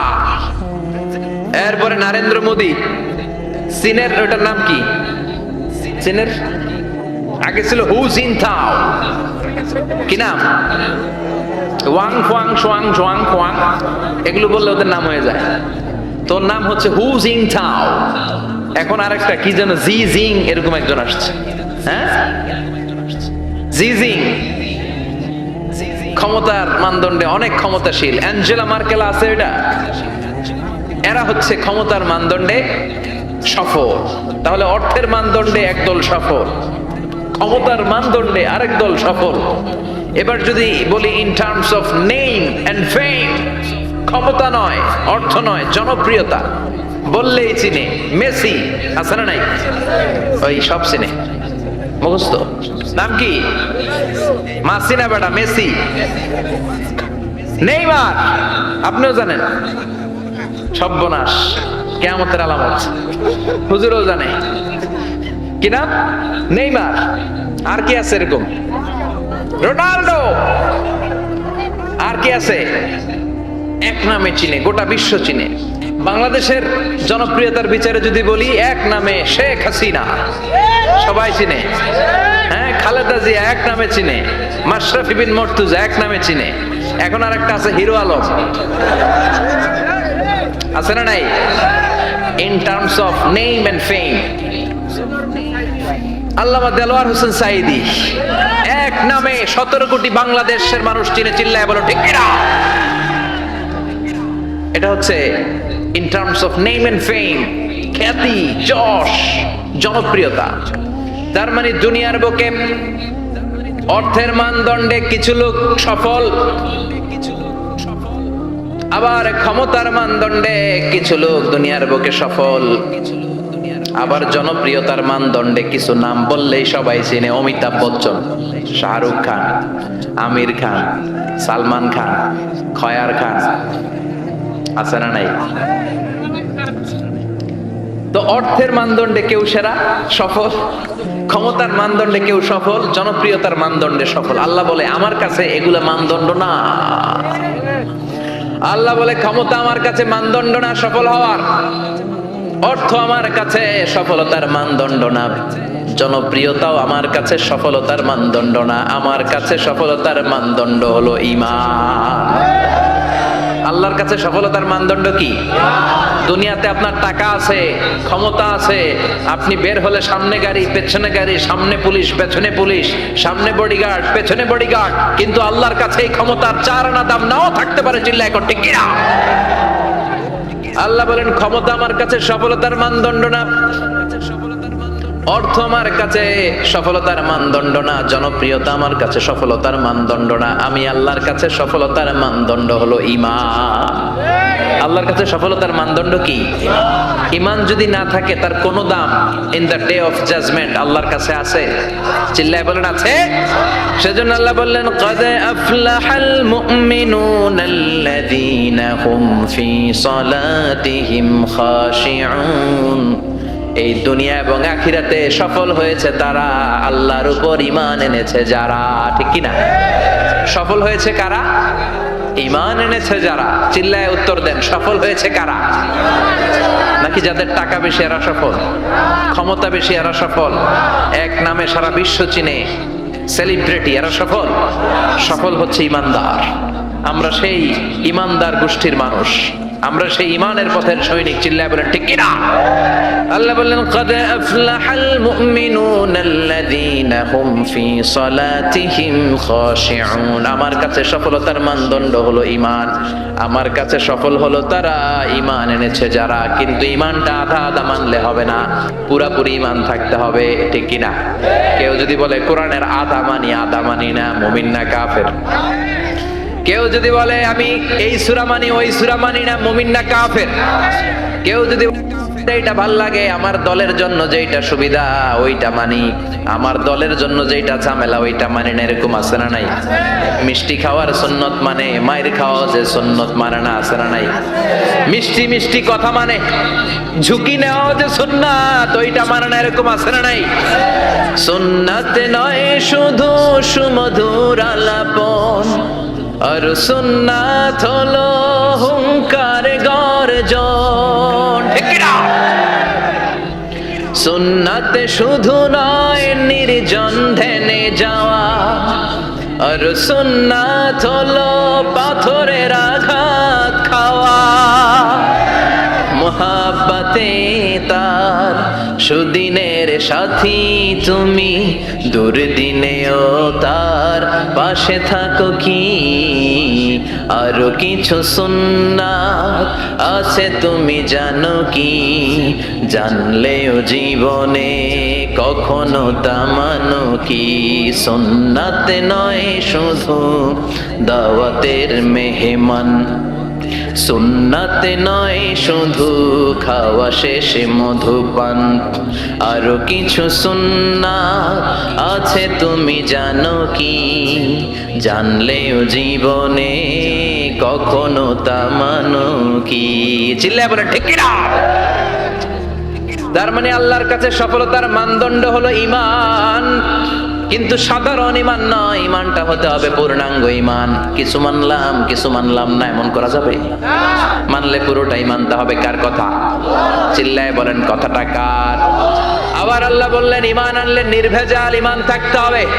ওই ঈমানের মধ্যে শিরক থাকলে হবে নাকি? কথা কোন?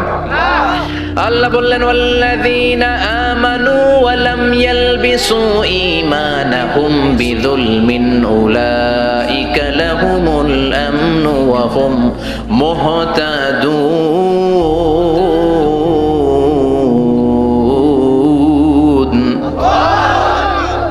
ঈমান আনার পরে ঈমানের সাথে যদি শিরকে তোমরা না মিলাও, তখন তোমাদের ঈমানটা নির্ভেজাল ঈমান হবে। তখন দুনিয়ার জীবনে তোমাদেরকে নিরাপত্তা দিবে কে? আবার হেদায়েত দিয়ে তোমাদেরকে ধন্য করবে কে? তার মানে ঈমান হতে হবে নির্ভেজাল। ঈমানের মধ্যে শিরক থাকলে হবে? কথা কন। আল্লাহ সব মাফ করে, শিরক মাফ করে? করে না। আপনি কিয়ামতের দিন পাহাড় পরিমাণ গুনাহ নিয়ে আল্লাহর সামনে হাজির হয়েছেন, কিন্তু এই গুনার মধ্যে শিরকের গুনাহ নাই। আল্লাহ বললেন তাহলে আমি পাহাড় পরিমাণ দয়া নিয়ে তোর কাছে হাজির হয়ে যাব। আবার আমরা যখন নামাজে দাঁড়াই, আল্লাহ বললেন ওযু করলি ভালো কথা, মসজিদে ঢুকলি ভালো কথা, নামাজের কাতারেও দাঁড়ালি ভালো কথা, কিন্তু আগে বল শিরকের সাথে সম্পর্ক আছে নাকি? আমরা বলি ওয়াজ্জাহাতু ওয়াজহিয়া লিল্লাযী ফাতারাস সামাওয়াতি ওয়াল আরদা হানিফাও ওয়া মা আনা মিনাল মুশরিকিন। আমরা নামাজের শুরুতে ঘোষণা দেই আল্লাহ ওমা আনা মিনাল, আল্লাহ আমরা শিরক করি না, শিরকের সাথে আমাদের কোনো সম্পর্ক। আবার যখন হজ করতে যাই, লক্ষ লক্ষ হাজী সাহেবান আরাফাতের ময়দানে কাঁদে, আল্লাহর কাছে ডাকে, আল্লাহরে ডাকতে থাকে। আল্লাহ বলে ডাকাডাকি পরে কর, হজ পরে কর, আগে বল শিরক করস নাকি? তখন সবাই ঘোষণা দেয় লাব্বাইক আল্লাহুম্মা লাব্বাইক, লাব্বাইক লা শারীকা লাক লাব্বাইক, আল্লাহ আপনার সাথে শরীক করি না। এই ঘোষণা দেওয়ার পরে এরপরে হজ কবুল হয়, এরপরে সালাত কবুল হয়। তাহলে ঈমান হতে হলে এটা নির্ভেজাল ঈমান হতে হবে। ওই ঈমানের সাথে শিরকের কোনো ছোঁয়া, কোনো ছিটে ফোঁটা সেখানে থাকতে পারবে। আল্লাহ বলে ঈমান যদি নির্ভেজাল হয় আর যদি ঈমানটা পাকাপোক্ত হয়, তাহলে তোমাদের সাহায্যের জন্য গায়েবী মদদ আমি পাঠিয়ে দেব। সুবহানাল্লাহ। ওয়ালা তাহিনু ওয়ালা তাহজানু ওয়া আনতুমুল আ'লাউনা ইন কুনতুম মুমিনিন। ভয় নাই, বিপদ নাই, চিন্তা নাই। ঈমানদারের মতো যদি ঈমানদার হও, ঈমানটা যদি ওই রকম হয়, তাহলে কোনো চিন্তা নাই, আমি আল্লাহর সাহায্য তোমাদের সাথে আছে না নাই? নবীদের ঈমান ছিল সেই রকম ঈমান, ঈমানের মতো ঈমান, ঠিক কি না? নবী মুসার মতো ঈমান হলে রাস্তা হবে সাগর জলে। নবী ইউসুফের মতো ঈমান হলে একে একে দরজা খুলে। নবী ইব্রাহিমের মতো ঈমান যদি আজও থাকে বিদ্যমান, অগ্নিকুণ্ডে দেখতে পাবে খুবসুরত এক ফুল বাগান। সুবহানাল্লাহ পড়েন। এজন্য ঈমানের মতো ঈমান হলে সাহায্য পাঠাবে কে? আল্লাহ বললেন ওয়ালা তাহিনু ওয়ালা তাহজানু ওয়া আনতুমুল আ'লাউনা ইন কুনতুম মুমিনিন। ভয় পেও না, চিন্তা করো না, আল্লাহর সাহায্য আছে না নাই? বিপদ যত বেশি আসে, পরীক্ষা যত বেশি আসে, বিজয়ের পতাকা পতপত করে উড়ার সময়টা কাছে আসতে থাকে, ঠিক কি না? আকাশে যখন ঘুটঘুটে বেশি অন্ধকার দেখা যায়, প্রচন্ড অন্ধকারে যখন আকাশ একেবারে ছেয়ে যায়, রাত্রি যখন গভীর হয়ে যায়, সুবহে সাদিকের আলো আসার সময়টা কাছে আসতে থাকে, ঠিক কিনা?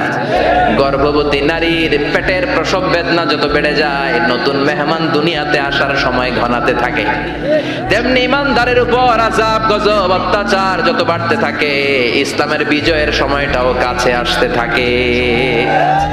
এজন্য ঈমান হতে হবে ইমানদারের মতো, ঈমান হতে হবে পাক্কা ঈমান। চিল্লায় বলেন ঠিক কিনা? সে আল্লাহ বললেন قد أفلح المؤمنون الذين هم في صلاتهم خاشعون.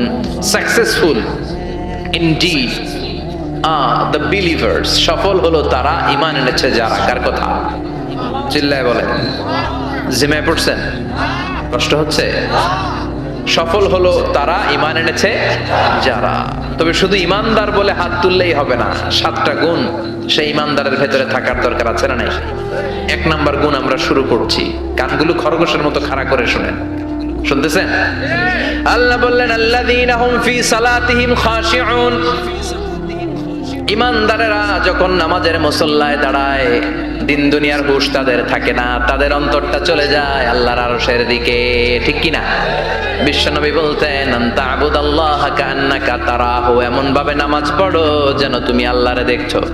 ফাইন লাম তাকুন তারাহু ফাইন্নাহু ইয়ারাক, এটা যদি মনে করতে কষ্ট হয় অন্তত এটা ভাবো যে আল্লাহ তোমায় দেখছে। ঠিক কিনা? নামাজে যখন দাঁড়াবেন ভাববেন আমি আল্লাহরে দেখতেছি। এটা ভাবা অনেক কঠিন, এটা জানাচনা লোকেরা পারে না। যদি না পারেন তাহলে অন্তত এটা ভাবেন যে আল্লাহ আপনারা দেখতেছে। আল্লাহ ইজ ওয়াচিং মি, আল্লাহ আমাকে দেখছে। তো আমি আল্লাহরে দেখতেছি আর আল্লাহ আমারে দেখতেছে। সুফিরা এটারে 2টা ক্লাস করছে, একটার নাম দিছে মুশাহাদা আর একটার নাম দিছে মুরাকাবা। মুশাহাদা মানে আমি নিজে দেখি, আর মুরাকাবা মানে আমি দেখি না, আমারে দেখে কে? কেউ যেটা দেখে না দেখে কে? কেউ যেটা শোনে না শোনে কে? আল্লাহ আপনারে দেখতেছে। নামাজের মুসল্লা এই চিন্তাটা করলে খুশু খুদু বাড়ায় দিবে কে? খুশু মানে ভয়। কার ভয়? কথা বলেন। যাদের হৃদয়ে আছে আল্লাহর ভয়, তারা কবু পথ ভুলে যায় না। আল্লাহর প্রেম ছাড়া এই দুনিয়ায় কারো কাছে কোনো কিছু চায় না। রাতের আধারে যারা সেজদাতে রয়, দু চোখের শ্রুতে নদী যেন বয়। রাতের আধারে যারা সেজদাতে রয়, দু চোখের শ্রুতে নদী যেন বয়। ছলনার হাতছানি যতই আসুক, পেছনে ফিরেও সে তাকায় না। যাদের হৃদয়ে আছে আল্লাহর ভয়, তারা কবু পথ ভুলে যায় না। আল্লাহর প্রেম ছাড়া এই দুনিয়ায় কারো কাছে কোনো কিছু চায় না, কারো কাছে কোনো কিছু চায় না। ঠিক কি না? খুশু মানে আল্লাহর ভয়। আল্লাহর ভয় নিয়ে যদি কেউ মুসল্লার মধ্যে নামাজের জন্য দাঁড়ায়, তার মন ডানে বায়ে কোনো দিকে যেতে পারে নাকি? কথা বলে। তার নজরটা থাকবে তার সিজদার দিকে। বান্দা যখন সিজদা থেকে নজর ডানে নেয়, আল্লাহ বলে বান্দা ফিরে আয়। আবার যখন বাম দিকে নজর করে, আল্লাহ ডাক দিয়ে বলে আকবিল ইয়া ইবাদি, আকবিল ফিরে আয়। আবার যখন উপরের দিকে তাকায় বলে ফিরে আয়। এরকম আছে না নাই? নামাজও পড়ে এমনি, নামাজও পড়ে আবার এমনি চায়, নামাজও পড়ে আবার ঘরের দিকে চায়। আছে না নাই? না, আল্লাহ বলে আকবিল, বান্দা ফিরে আয়, ফিরে আয়, তাকাবি তো সেজদার দিকে। 3বার নজর ডানে বায়ে যখন ঘোরানো হলো, 3বারও যখন নজর ফিরায় না, আল্লাহ তখন ডেকে বলে লা হাজাত লি লা সলাতিক, এই নামাজের কোনো দরকার আমার নাই। যে আল্লাহর জন্য ওযু করলেন, সময় দিলেন, এতক্ষণ ধরে নামাজ পড়লেন, ওই আল্লাহই যদি বলে তোর নামাজের দরকার নাই, তো কারে দিলেন নামাজ? এজন্য নামাজের মধ্যে তাড়াহুড়ো করা যাবে? খুশু খুদু, খুশু মানে আল্লাহর ভয়। নামাজে যখন দাঁড়াবেন শুধু নিজেরাই মুসল্লি বানাবেন না, মনটারেও মুসল্লি বানাবেন। আমরা শুধু নিজেরা নামাজি হই, মনটারে নামাজি বানাই না। আমি ঠিকই আল্লাহু আকবার, মন চলে গেছে সৌদি আরব, মন চলে গেছে হিন্দি সিনেমার দিকে, মন চলে গেছে দোকানের দিকে, মন চলে গেছে ক্রিকেট খেলায়। আছে না নাই? উনি কিন্তু মুসল্লি, মসজিদে উনি কি মুসল্লি, উনি হাতে পায়ে একেবারে মুসল্লি, কিন্তু মনটারে মুসল্লি বানায় না। এজন্য মনটারেও নামাজি বানাতে হবে। আমরা বলি মনটারে কাজ দেন, মনটারে কখনো অলস বসে থাকতে দেয়া যায় না। আপনিও মুসল্লি হবেন, মনটারেও মুসল্লি বানাতে হবে, তা না হলে মন ডানে বায়ে ঘুরবে। মনের আরবি হচ্ছে কলব। কলব মানে যেটা নাড়াচাড়া করে। এটা এখন এদিকে, পরে ঢাকায়, এরপরে সৌদি আরব, এরপরে আমেরিকা। এটার পাসপোর্টও লাগে না, ভিসাও লাগে না, এটা খালি দৌড়ায়, ঠিক কিনা? এজন্য মনটারে নামাজি বানানোর দরকার আছে না নাই? এজন্য আল্লাহ বললেন কদ আফলাহাল মুমিনুনাল্লাযীনা হুম ফি সালাতিহিম খাশিউন। মুমিন বান্দাদের প্রথম গুণাবলী হলো মুমিন বান্দারা যখন নামাজে পড়ে মনটারে নিয়ে নামাজ পড়ে, নিজেও নামাজি, মনটাও নামাজি, ঠিক কিনা? আমাদের অনেকের নামাজে মন বসে না। আমাদের অনেকে বলে হুজুর নামাজে দাঁড়ালে মন সাথে থাকে না, নামাজে শুধু ভুল হয়, সূরা যে কয়বার পড়ে নিজেও জানি না। এরকম আছে না নাই? এদিকে ওদিকে চলে যায়। এখন মনটারে কিভাবে আপনি এক জায়গায় আনবেন, কনসেন্ট্রেট করবেন কিভাবে? বিশ্বনবী একবার মসজিদে ঢুকে দেখলেন এক সাহাবী নামাজ পড়তেছে, আল্লাহু আকবার, নামাজের মধ্যে এরকম করতেছে। এরকম করে না অনেকে? নামাজে পরে দাড়িও টানে, দাড়িও চুলকে, আছে না নাই?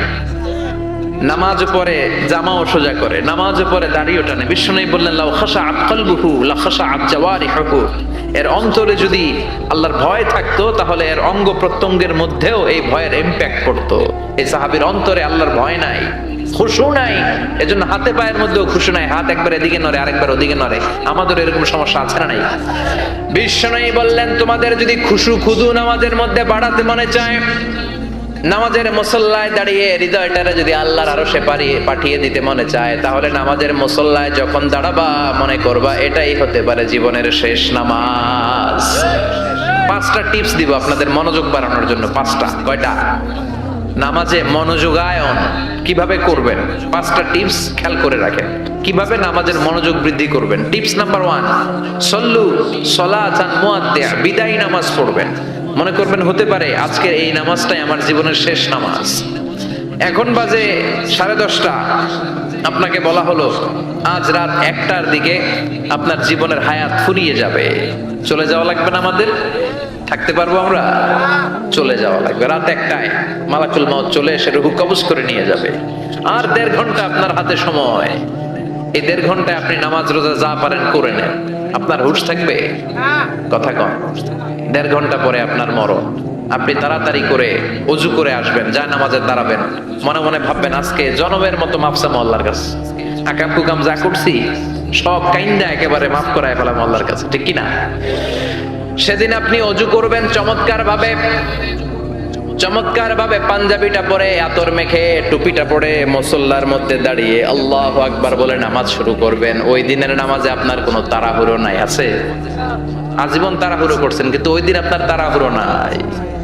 ওই দিনের রুকুটা আপনার জীবনের শ্রেষ্ঠতম রুকু হয়ে যাবে। ওই দিনের সেজদাটা আপনার জীবনের শ্রেষ্ঠতম সেজদা হয়ে যাবে। ওই দিন আপনি সেজদায় পড়ে চোখের পানি দিয়ে জায়নামাজ ভিজিয়ে দিবেন। দিবেন না? কথা বলেন, দিবেন না? এর কারণ আপনি জেনে গেছেন এটাই আপনার জীবনের শেষ নামাজ, ঠিক কি না? তো এই যে প্রত্যেক নামাজের সময় মসজিদে যে আল্লাহু আকবার বলে যে দাঁড়াই, এই নামাজের পরে আবার কোন নামাজের চান্স আমি জীবনে পাবো কিনা কোনো গ্যারান্টি আছে? চিল্লায় বলতে হবে, গ্যারান্টি আছে? আরো 30 মিনিট আমরা সবাই বেঁচে থাকবো, গ্যারান্টি? আরো 10 মিনিট বাঁচবো, গ্যারান্টি? শ্বাস যেটা ভিতরে নিলাম ফেলতে পারবো, কোনো গ্যারান্টি আছে? তাহলে প্রতিটা নামাজের সময় আমরা এই কথাটা ভাবি না কেন যে হতে পারে এই নামাজটাই আমার জীবনের শেষ নামাজ, হতে পারে আজকের এই সেজদাটা আমার জীবনের শেষ সেজদা। চিল্লায় বলেন ঠিক কিনা? বিশ্বনবী শিখায় দিলেন মনোযোগায়নের প্রথম পদ্ধতি। নামাজে মনোযোগ থাকে না, মনোযোগ যদি বাড়াতে চাও ভাবো এটাই হতে পারে জীবনের শেষ নামাজ। সল্লু সালাতান মুআদ্দিয়া, পারফর্ম দ্য সালাহ as if this is your last and final prayer. এমন ভাবে নামাজ পড়ো মনে করো এটাই হতে পারে জীবনের শেষ নামাজ। আজকে থেকে প্রত্যেকবার আল্লাহু আকবার বলার সময় এটা ভাবতে পারবো না আমরা যে হতে পারে এই নামাজটা আমার শেষ নামাজ। এই চিন্তাটা মাথার মধ্যে রাখার দরকার আছে না নাই? সাইয়েদনা আলী রাদিয়াল্লাহু তাআলা আনহু উনি যখন নামাজে দাঁড়াতেন দিন দুনিয়ার হুঁশ থাকতো না। উনার পায়ের মধ্যে জিহাদের ময়দানে তীর ঢুকেছে। তীর বের করতে গেলেই চিৎকার মারে, কাউরে তীর ধরতে দেয় না। বিশ্বনবী বললেন বেলাল আকিমিস সালাহ, নামাজের একামত দাও। নামাজ শুরু করার আগে এক সাহাবীরে বললেন নামাজের মাঝখান দিয়ে যে তুমি আলীর পা থেকে টেনে তীর বের করবে। কারণ আমি জানি আমার মেয়ের জামাই আলী যখন নামাজের যায়, নামাজে দাঁড়ায়, দিন দুনিয়ার কোনো হুঁশ আলীর আর থাকে না। একামত হলো আল্লাহু আকবার, আল্লাহু আকবার। বিশ্বনবী নামাজ শুরু করলেন, রুকু দিলেন, সিজদা দিলেন। দ্বিতীয় রাকাতের জন্য যখন দাঁড়ালেন, বিশ্বনবীর কথা মতো এই সাহাবী যে কাতারের মাঝখানে সাইয়েদনা আলীর পা থেকে গায়ে যত জোর ছিল টান মেরে তীর বের করেছে, ফিনকি দিয়ে রক্ত বের হয়েছে। সাইয়েদনা আলী মুহূর্তের জন্য টের পায় নাই। নামাজ শেষ, সালাম ফিরালেন, তাকিয়ে দেখে পায়ে তীর নাই, চারদিকে শুধু রক্তের বন্যা। বিশ্বনবী বললেন, ও আলী, চিন্তা করো না, আমার কথা মতো এক সাহাবী তোমার পা থেকে তীর বের করেছে। আমি জানি যখন তুমি নামাজের মুসল্লায় দাঁড়িয়ে যাও, তোমার মনটা দুনিয়ায় থাকে না, তোমার মনটা আল্লাহর আরশের দিকে চলে যায়। তোমার নামাজের মধ্যে খুশু খুদু এত বেড়ে যায়, আখিরাতের কথা এত তোমার স্মরণ হয়ে যায়, নামাজের মধ্যে তোমার পায়ের তীর টেনে বের করেছে, এক সেকেন্ডের জন্যও তুমি টের পাও নাই রে আলী। সুবহানাল্লাহ। উনি মনে করতেন এটাই জীবনের শেষ নামাজ। সাহাবারা যখন মরুভূমিতে নামাজ পড়তে দাঁড়াতেন, আকাশের পাখিগুলো এসে সাহাবাদের মাথার মধ্যে বসে যেত। মরুভূমির পাখিগুলো মনে করতে এগুলো খেজুর গাছ। কি মনে করে বসতো? কথা বলে না, জোরে কন। আছে, এলাকা আছে খেজুরের রস হয়? হ্যাঁ, হয়েছে? খাইছেন? পাখিগুলো মনে করতে এগুলো খেজুর গাছ, কারণ সাহাবারা নড়ে না, চড়ে না, ডানে বায়ে তাকায় না। খেজুর গাছ যেমনি ঠায় দাঁড়িয়ে থাকে, সাহাবারা ঠায় দাঁড়িয়ে থেকে নামাজ পড়তেন। চিল্লায় কোন আল্লাহু আকবার। তাহলে মনোযোগ বৃদ্ধির এক নাম্বার পদ্ধতি, মুসল্লায় যখন দাঁড়াবো ভাববো এটাই আমার জীবনের শেষ নামাজ, এরপরে হয়তো নামাজের সুযোগ নাও পেতে পারি, ঠিক কিনা? দুই নাম্বার পদ্ধতি হলো নামাজের মধ্যে আহকাম এবং আরকান গুলো ধীরস্থির ভাবে আদায় করতে হবে, তাড়াহুড়ো নামাজের মধ্যে করা যাবে না। আমাদের হানাফি মাযহাবে তা'দিলুল আরকান এটা ওয়াজিব। রুকুনগুলো আদায় করার সময় ধীরস্থির ভাবে আদায় করা, এটা হানাফি মাযহাবে কি ওয়াজিব? চিল্লায় বলেন, এটা কি ওয়াজিব? তরক করলে কি করতে হয়? হ্যাঁ, সেজদা দিতে হয়। কিন্তু অন্যান্য মাযহাবে এটা ফরজ, এটা বাদ দিলে আপনার নামাজই হবে না, তাড়াহুড়ো করলে নামাজই হবে না। বিশ্বনবী দেখলেন মসজিদে নববীতে এক সাহাবী নামাজ পড়ে। নামাজ শেষে নবীর কাছে আসলে বিশ্বনবী বললেন, সল্লি ফাইন্নাকা লাম তুসল্লি, নামাজ পড়ো কারণ তোমার নামাজ হয় নাই। সাহাবী আবার বললেন, আবার আসলেন, বিশ্বনবী বললেন, সল্লি ফাইন্নাকা লাম তুসল্লি, নামাজ পড়ো তোমার নামাজ হয় নাই। সাহাবী আবার নামাজ পড়ে আবার নবীর কাছে আসলেন, বিশ্বনবী বললেন, সল্লি ফাইন্নাকা লাম তুসল্লি, নামাজ পড়ো নামাজ হয় নাই। এবার সাহাবী এসে বলে, ও নবী, তিনবার পড়লাম, নামাজ আমার হয় না, এর চেয়ে ভালো নামাজ আমি পড়তে জানি না। বিশ্বনবী বললেন, তাহলে আসো আমি শিখাইয়া দেই। যখন নামাজে দাঁড়াবা ধীরস্থির ভাবে দাঁড়াবা, রুকুতে যখন যাবা পিঠটারে টান টান করে সোজা করে দিবা। বিশ্বনবী যখন রুকু দিতেন বিশ্বনবীর পিঠটা একেবারে স্ট্রেট ফরওয়ার্ড। সাহাবারা বলতেন বিশ্বনবীর রুকু দেওয়া পিঠের উপরে যদি পানি ভর্তি একটা গ্লাস রেখে দেওয়া হয়, পানিগুলা কাঁপবে না, গ্লাসটাও পড়বে না। সুবহানাল্লাহ। তার মানে বিশ্বনবীর রুকুর পিঠটা কেমন ছিল? Straight forward. বিশ্বনবী বলেন, রুকু থেকে দাঁড়াবা, ধীরস্থির ভাবে দাঁড়াও। আবার সেজদায় গেলে ধীরস্থির ভাবে যাও। আমাদের দেশে অনেকে রুকু থেকে কোন রকম মাথাটা তুলে আবার সেজদায় দৌড় মারে, আছে না নাই? লক্ষ্মীপুরে নাই, এদিকেও আছে। দুই সেজদার মাঝখানে ধীরস্থির ভাবে বসা হচ্ছে ওয়াজিব। অনেকে এক সেজদা থেকে কোন রকম মাথাটা একটু উপরের দিকে উঠিয়ে আরেক সেজদায় মুরগির মতো ঠোকর মারে, এরকম তো এদিকে নাই না? আবার অনেকে ইমাম সাহেবের আগে দৌড় মারে, আছে না নাই? ইমাম সাহেব সামি আল্লাহু লিমান হামিদা বলে দাঁড়াইছে, ওনার আর সহ্য হয় না, উনি আগে সেজদা দিবে, কিন্তু ইমামের আগেও যাইতে পারে না, মাঝখানে যাইয়া হ্যাং হয়ে থাকে, আছে না নাই? মোবাইল মাঝে মাঝে হ্যাং হয় না, মানে সামনেও যায় না পিছনেও যায় না। তো ওনারাও ইমামের আগে সেজদায় যাবে, তো ইমাম যাইতে পারে না, উনিও যেতে পারে না, মাঝ অবস্থায় যায় কি হয়? হ্যাং। হ্যাং হইবেন আপনারা? হ্যাং হওয়া যাবে না। তাহলে মনোযোগ বাড়ানোর দুই নাম্বার পদ্ধতি হচ্ছে কি করবেন? ধীরস্থির ভাবে। There is no rushing in salah, there is no hastiness in salah। নামাজের মধ্যে কোনো তাড়াহুড়ো নাই। তাড়াহুড়ো করলে এটা নামাজ হয় না। এমনকি নামাজের দিকে বিশ্বনবী তাড়াহুড়ো করে যেতেও নিষেধ করেছেন। ইদা উকিমাতিস সালাহ, নামাজ যখন শুরু হয়ে যাবে ধীরস্থির ভাবে যাবেন, তাড়াহুড়ো করে যাওয়া যাবে না। 3 নাম্বার পদ্ধতি, জামাতে পড়বেন, তাহলে মনোযোগ বাড়ায় দিবে কে? বিশ্বনবী বলেন সালাতুল জামাআত আফদলু সালাতাল ফারদি বি27 দারাজা। একা একা নামাজ পড়লে যতটুকু সওয়াব হয়, জামাতে নামাজ পড়লে 27 গুণ বেশি সওয়াব হয়। জামাতে পড়ার দরকার আছে না নাই? জামাতে পড়লে আর মনোযোগ এদিক সেদিক যায় না। সবাই আল্লাহু আকবার, আমি আল্লাহু আকবার, সবাই আসসালামু আলাইকুম ওয়া রাহমাতুল্লাহ, আমি আসসালামু আলাইকুম ওয়া রাহমাতুল্লাহ। মন আমার এদিক সেদিক যাওয়ার সুযোগ আছে? কম, ঠিক কি না? 4 নাম্বার, নামাজে যা বলেন অর্থ বোঝার চেষ্টা করেন। আমরা সালাতে যেটা বলি এটার অর্থ বুঝি না। আমরা প্রতিদিন বলি আলহামদুলিল্লাহি রাব্বিল আর রহমানির মালিকি, আবার বলি সামি আল্লাহু লিমান হামিদা, কি কইলাম বুঝি নাই। সুবহান রাব্বিয়াল আলা মানে কি জানি না। আত-তাহিয়াত লিল্লাহি ওয়াস সালাওয়াত ওয়াত তাইয়্যিবাত অর্থ কি জানি না। এজন্য সালাতে যা বলেন এটা বুঝে বুঝে বলার চেষ্টা করেন।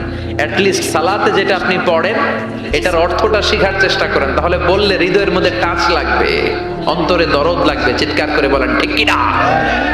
5 নাম্বার পদ্ধতি, নামাজের মধ্যে যে সুন্নাত গুলো আছে সুন্নাত গুলো আদায় করবেন, তাহলে নামাজের মধ্যে মনোযোগ বাড়ায়া দিবে কে? হাত তোলা সুন্নাত তোলেন। রফউল ইয়াদাইন যদি করেন, অভ্যাস যদি থাকে, বারবার হাত তোলা তুলেন, প্রতিবার তুললে 10টা করে সওয়াব। আমিন বলবেন, যে মসজিদে জোরে জোরে বলেন, আস্তে তো আস্তে বলেন, কিন্তু বইলেন, বলার দরকার আছে না নাই? বিশ্বনবী বললেন ইদা আম্মানাল ইমাম আমিনু, ইমাম যখন আমিন বলে তোমরাও আমিন বলো, কারণ তোমরাও যখন আমিন বলো ফেরেশতারাও আমিন বলে। তোমাদের আমিন ফেরেশতাদের আমিন যখন মিলে যায়, তোমাদের জীবনের সব গুনাহ মাফ করে দেয় কে? এজন্য আমিন জোরে কোন বাস্তে কোন বলবেন, এটা ছাড়বেন না। তাশাহুদের মধ্যে আঙ্গুল তুলবেন, হয় নাড়াবেন নয় তুলে রাখবেন, এটা সুন্নাহ। আশাদ্দু আলা শাইতান মিনাল হাদিদ, শয়তানরে লোহা দিয়ে পিটাইলে যত কষ্ট পায়, তাশাহুদে বসে এই আঙ্গুলটা নাড়ালে এর চেয়ে বেশি কষ্ট পায়। সুবহানাল্লাহ কইবেন না? এজন্য মুরাআতুস সুনান, সুন্নাতগুলো মানার চেষ্টা করেন, সালাতে মনোযোগ বাড়ায় দিবে কে?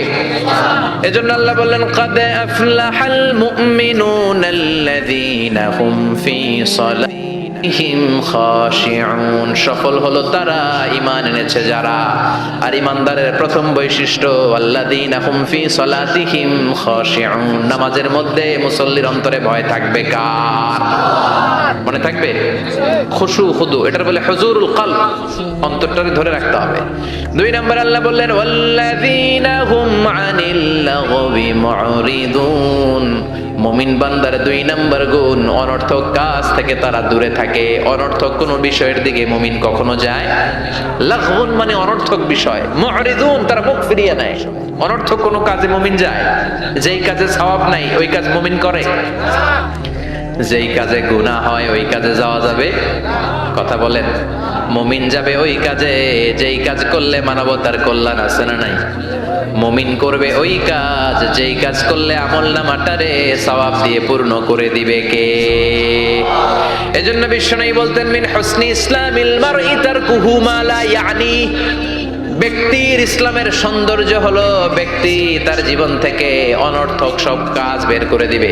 যাই করবেন অর্থবোধক হইতে হবে। অনর্থক কোনো কাজ করা যাবে? কথা কন। আপনি যেটা বলবেন এটার যেন অর্থ থাকে, আপনি যেটা করবেন এটার যেন অর্থ থাকে।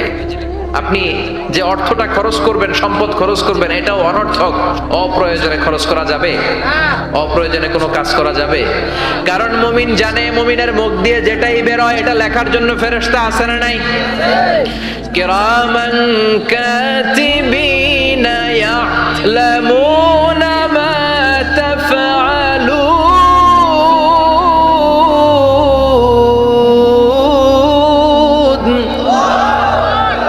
যাই করি ভালো হোক কিংবা মন্দ হোক লিখে রাখার জন্য কিরামান কাতিবিন আছে না নাই? আবার আবার মুমিন জানে মা ইয়ালফিযু মিন কাউলিন ইল্লা লাদাইহি রাকীবুন আতীদ। মুমিন তার মুখ দিয়ে যেটা বের করে সেটা লিখে রাখার জন্য ফেরেশতা আছে না নাই? এজন্য মুমিন যেটাই করবে এটা অর্থবোধক হবে। অনর্থক কোনো কাজ করা যাবে? অনর্থক কোনো বাক্য উচ্চারণ করা যাবে? মুমিন তার চোখ দিয়ে ওই জিনিসটাই দেখবে যেটা দেখলে সওয়াব আছে না নাই? মুমিন মুখ দিয়ে সেটাই পড়বে, সেটাই উচ্চারণ করবে যেটা উচ্চারণ করলে প্রতি অক্ষরে অক্ষরে সওয়াব দিবে কে? চিল্লায় বলেন কে? আপনি যদি অনর্থক কাজের দিকে মনোনিবেশ করেন, ফোকাস দেন, তাহলে আপনি ভালো কাজের দিকে ফোকাস দেওয়ার সময় পাবেন না। আমাদের দেশের ছেলেপেলেরা যত আজে বাজে কাজ আছে এগুলো নিয়ে ব্যস্ত, আছে না নাই? হিন্দি সিনেমা, ওই যে হুজুর কইতেছে মোবাইল নিয়ে টিপা আছে না নাই? খেলাধুলা, রাজনীতি, এগুলো নিয়ে ব্যস্ত, ফলে ভালো কাজে তারা ফোকাস দিতে পারে না। আর যারাই এগুলো থেকে বেরিয়ে কনস্ট্রাকটিভ কাজ করে তাদের জীবনটারে বরকতময় করে দেয় কে? আমি দেখলাম কিছু যুবক এক জায়গায় ওয়ালের মধ্যে লিখেছে মানবতার দেয়াল। কি লিখেছে? এখানে লিখছে যেটা আপনার দরকার নেই রেখে যান, আর এই পাশে লিখছে যেটা আপনার দরকার লইয়া যান। সুবহানাল্লাহ কোন? তার মানে শীতকালে আপনার যে অতিরিক্ত শীতের পোশাকগুলো দরকার নাই এই হ্যাঙ্গারে ঝুলিয়ে যান।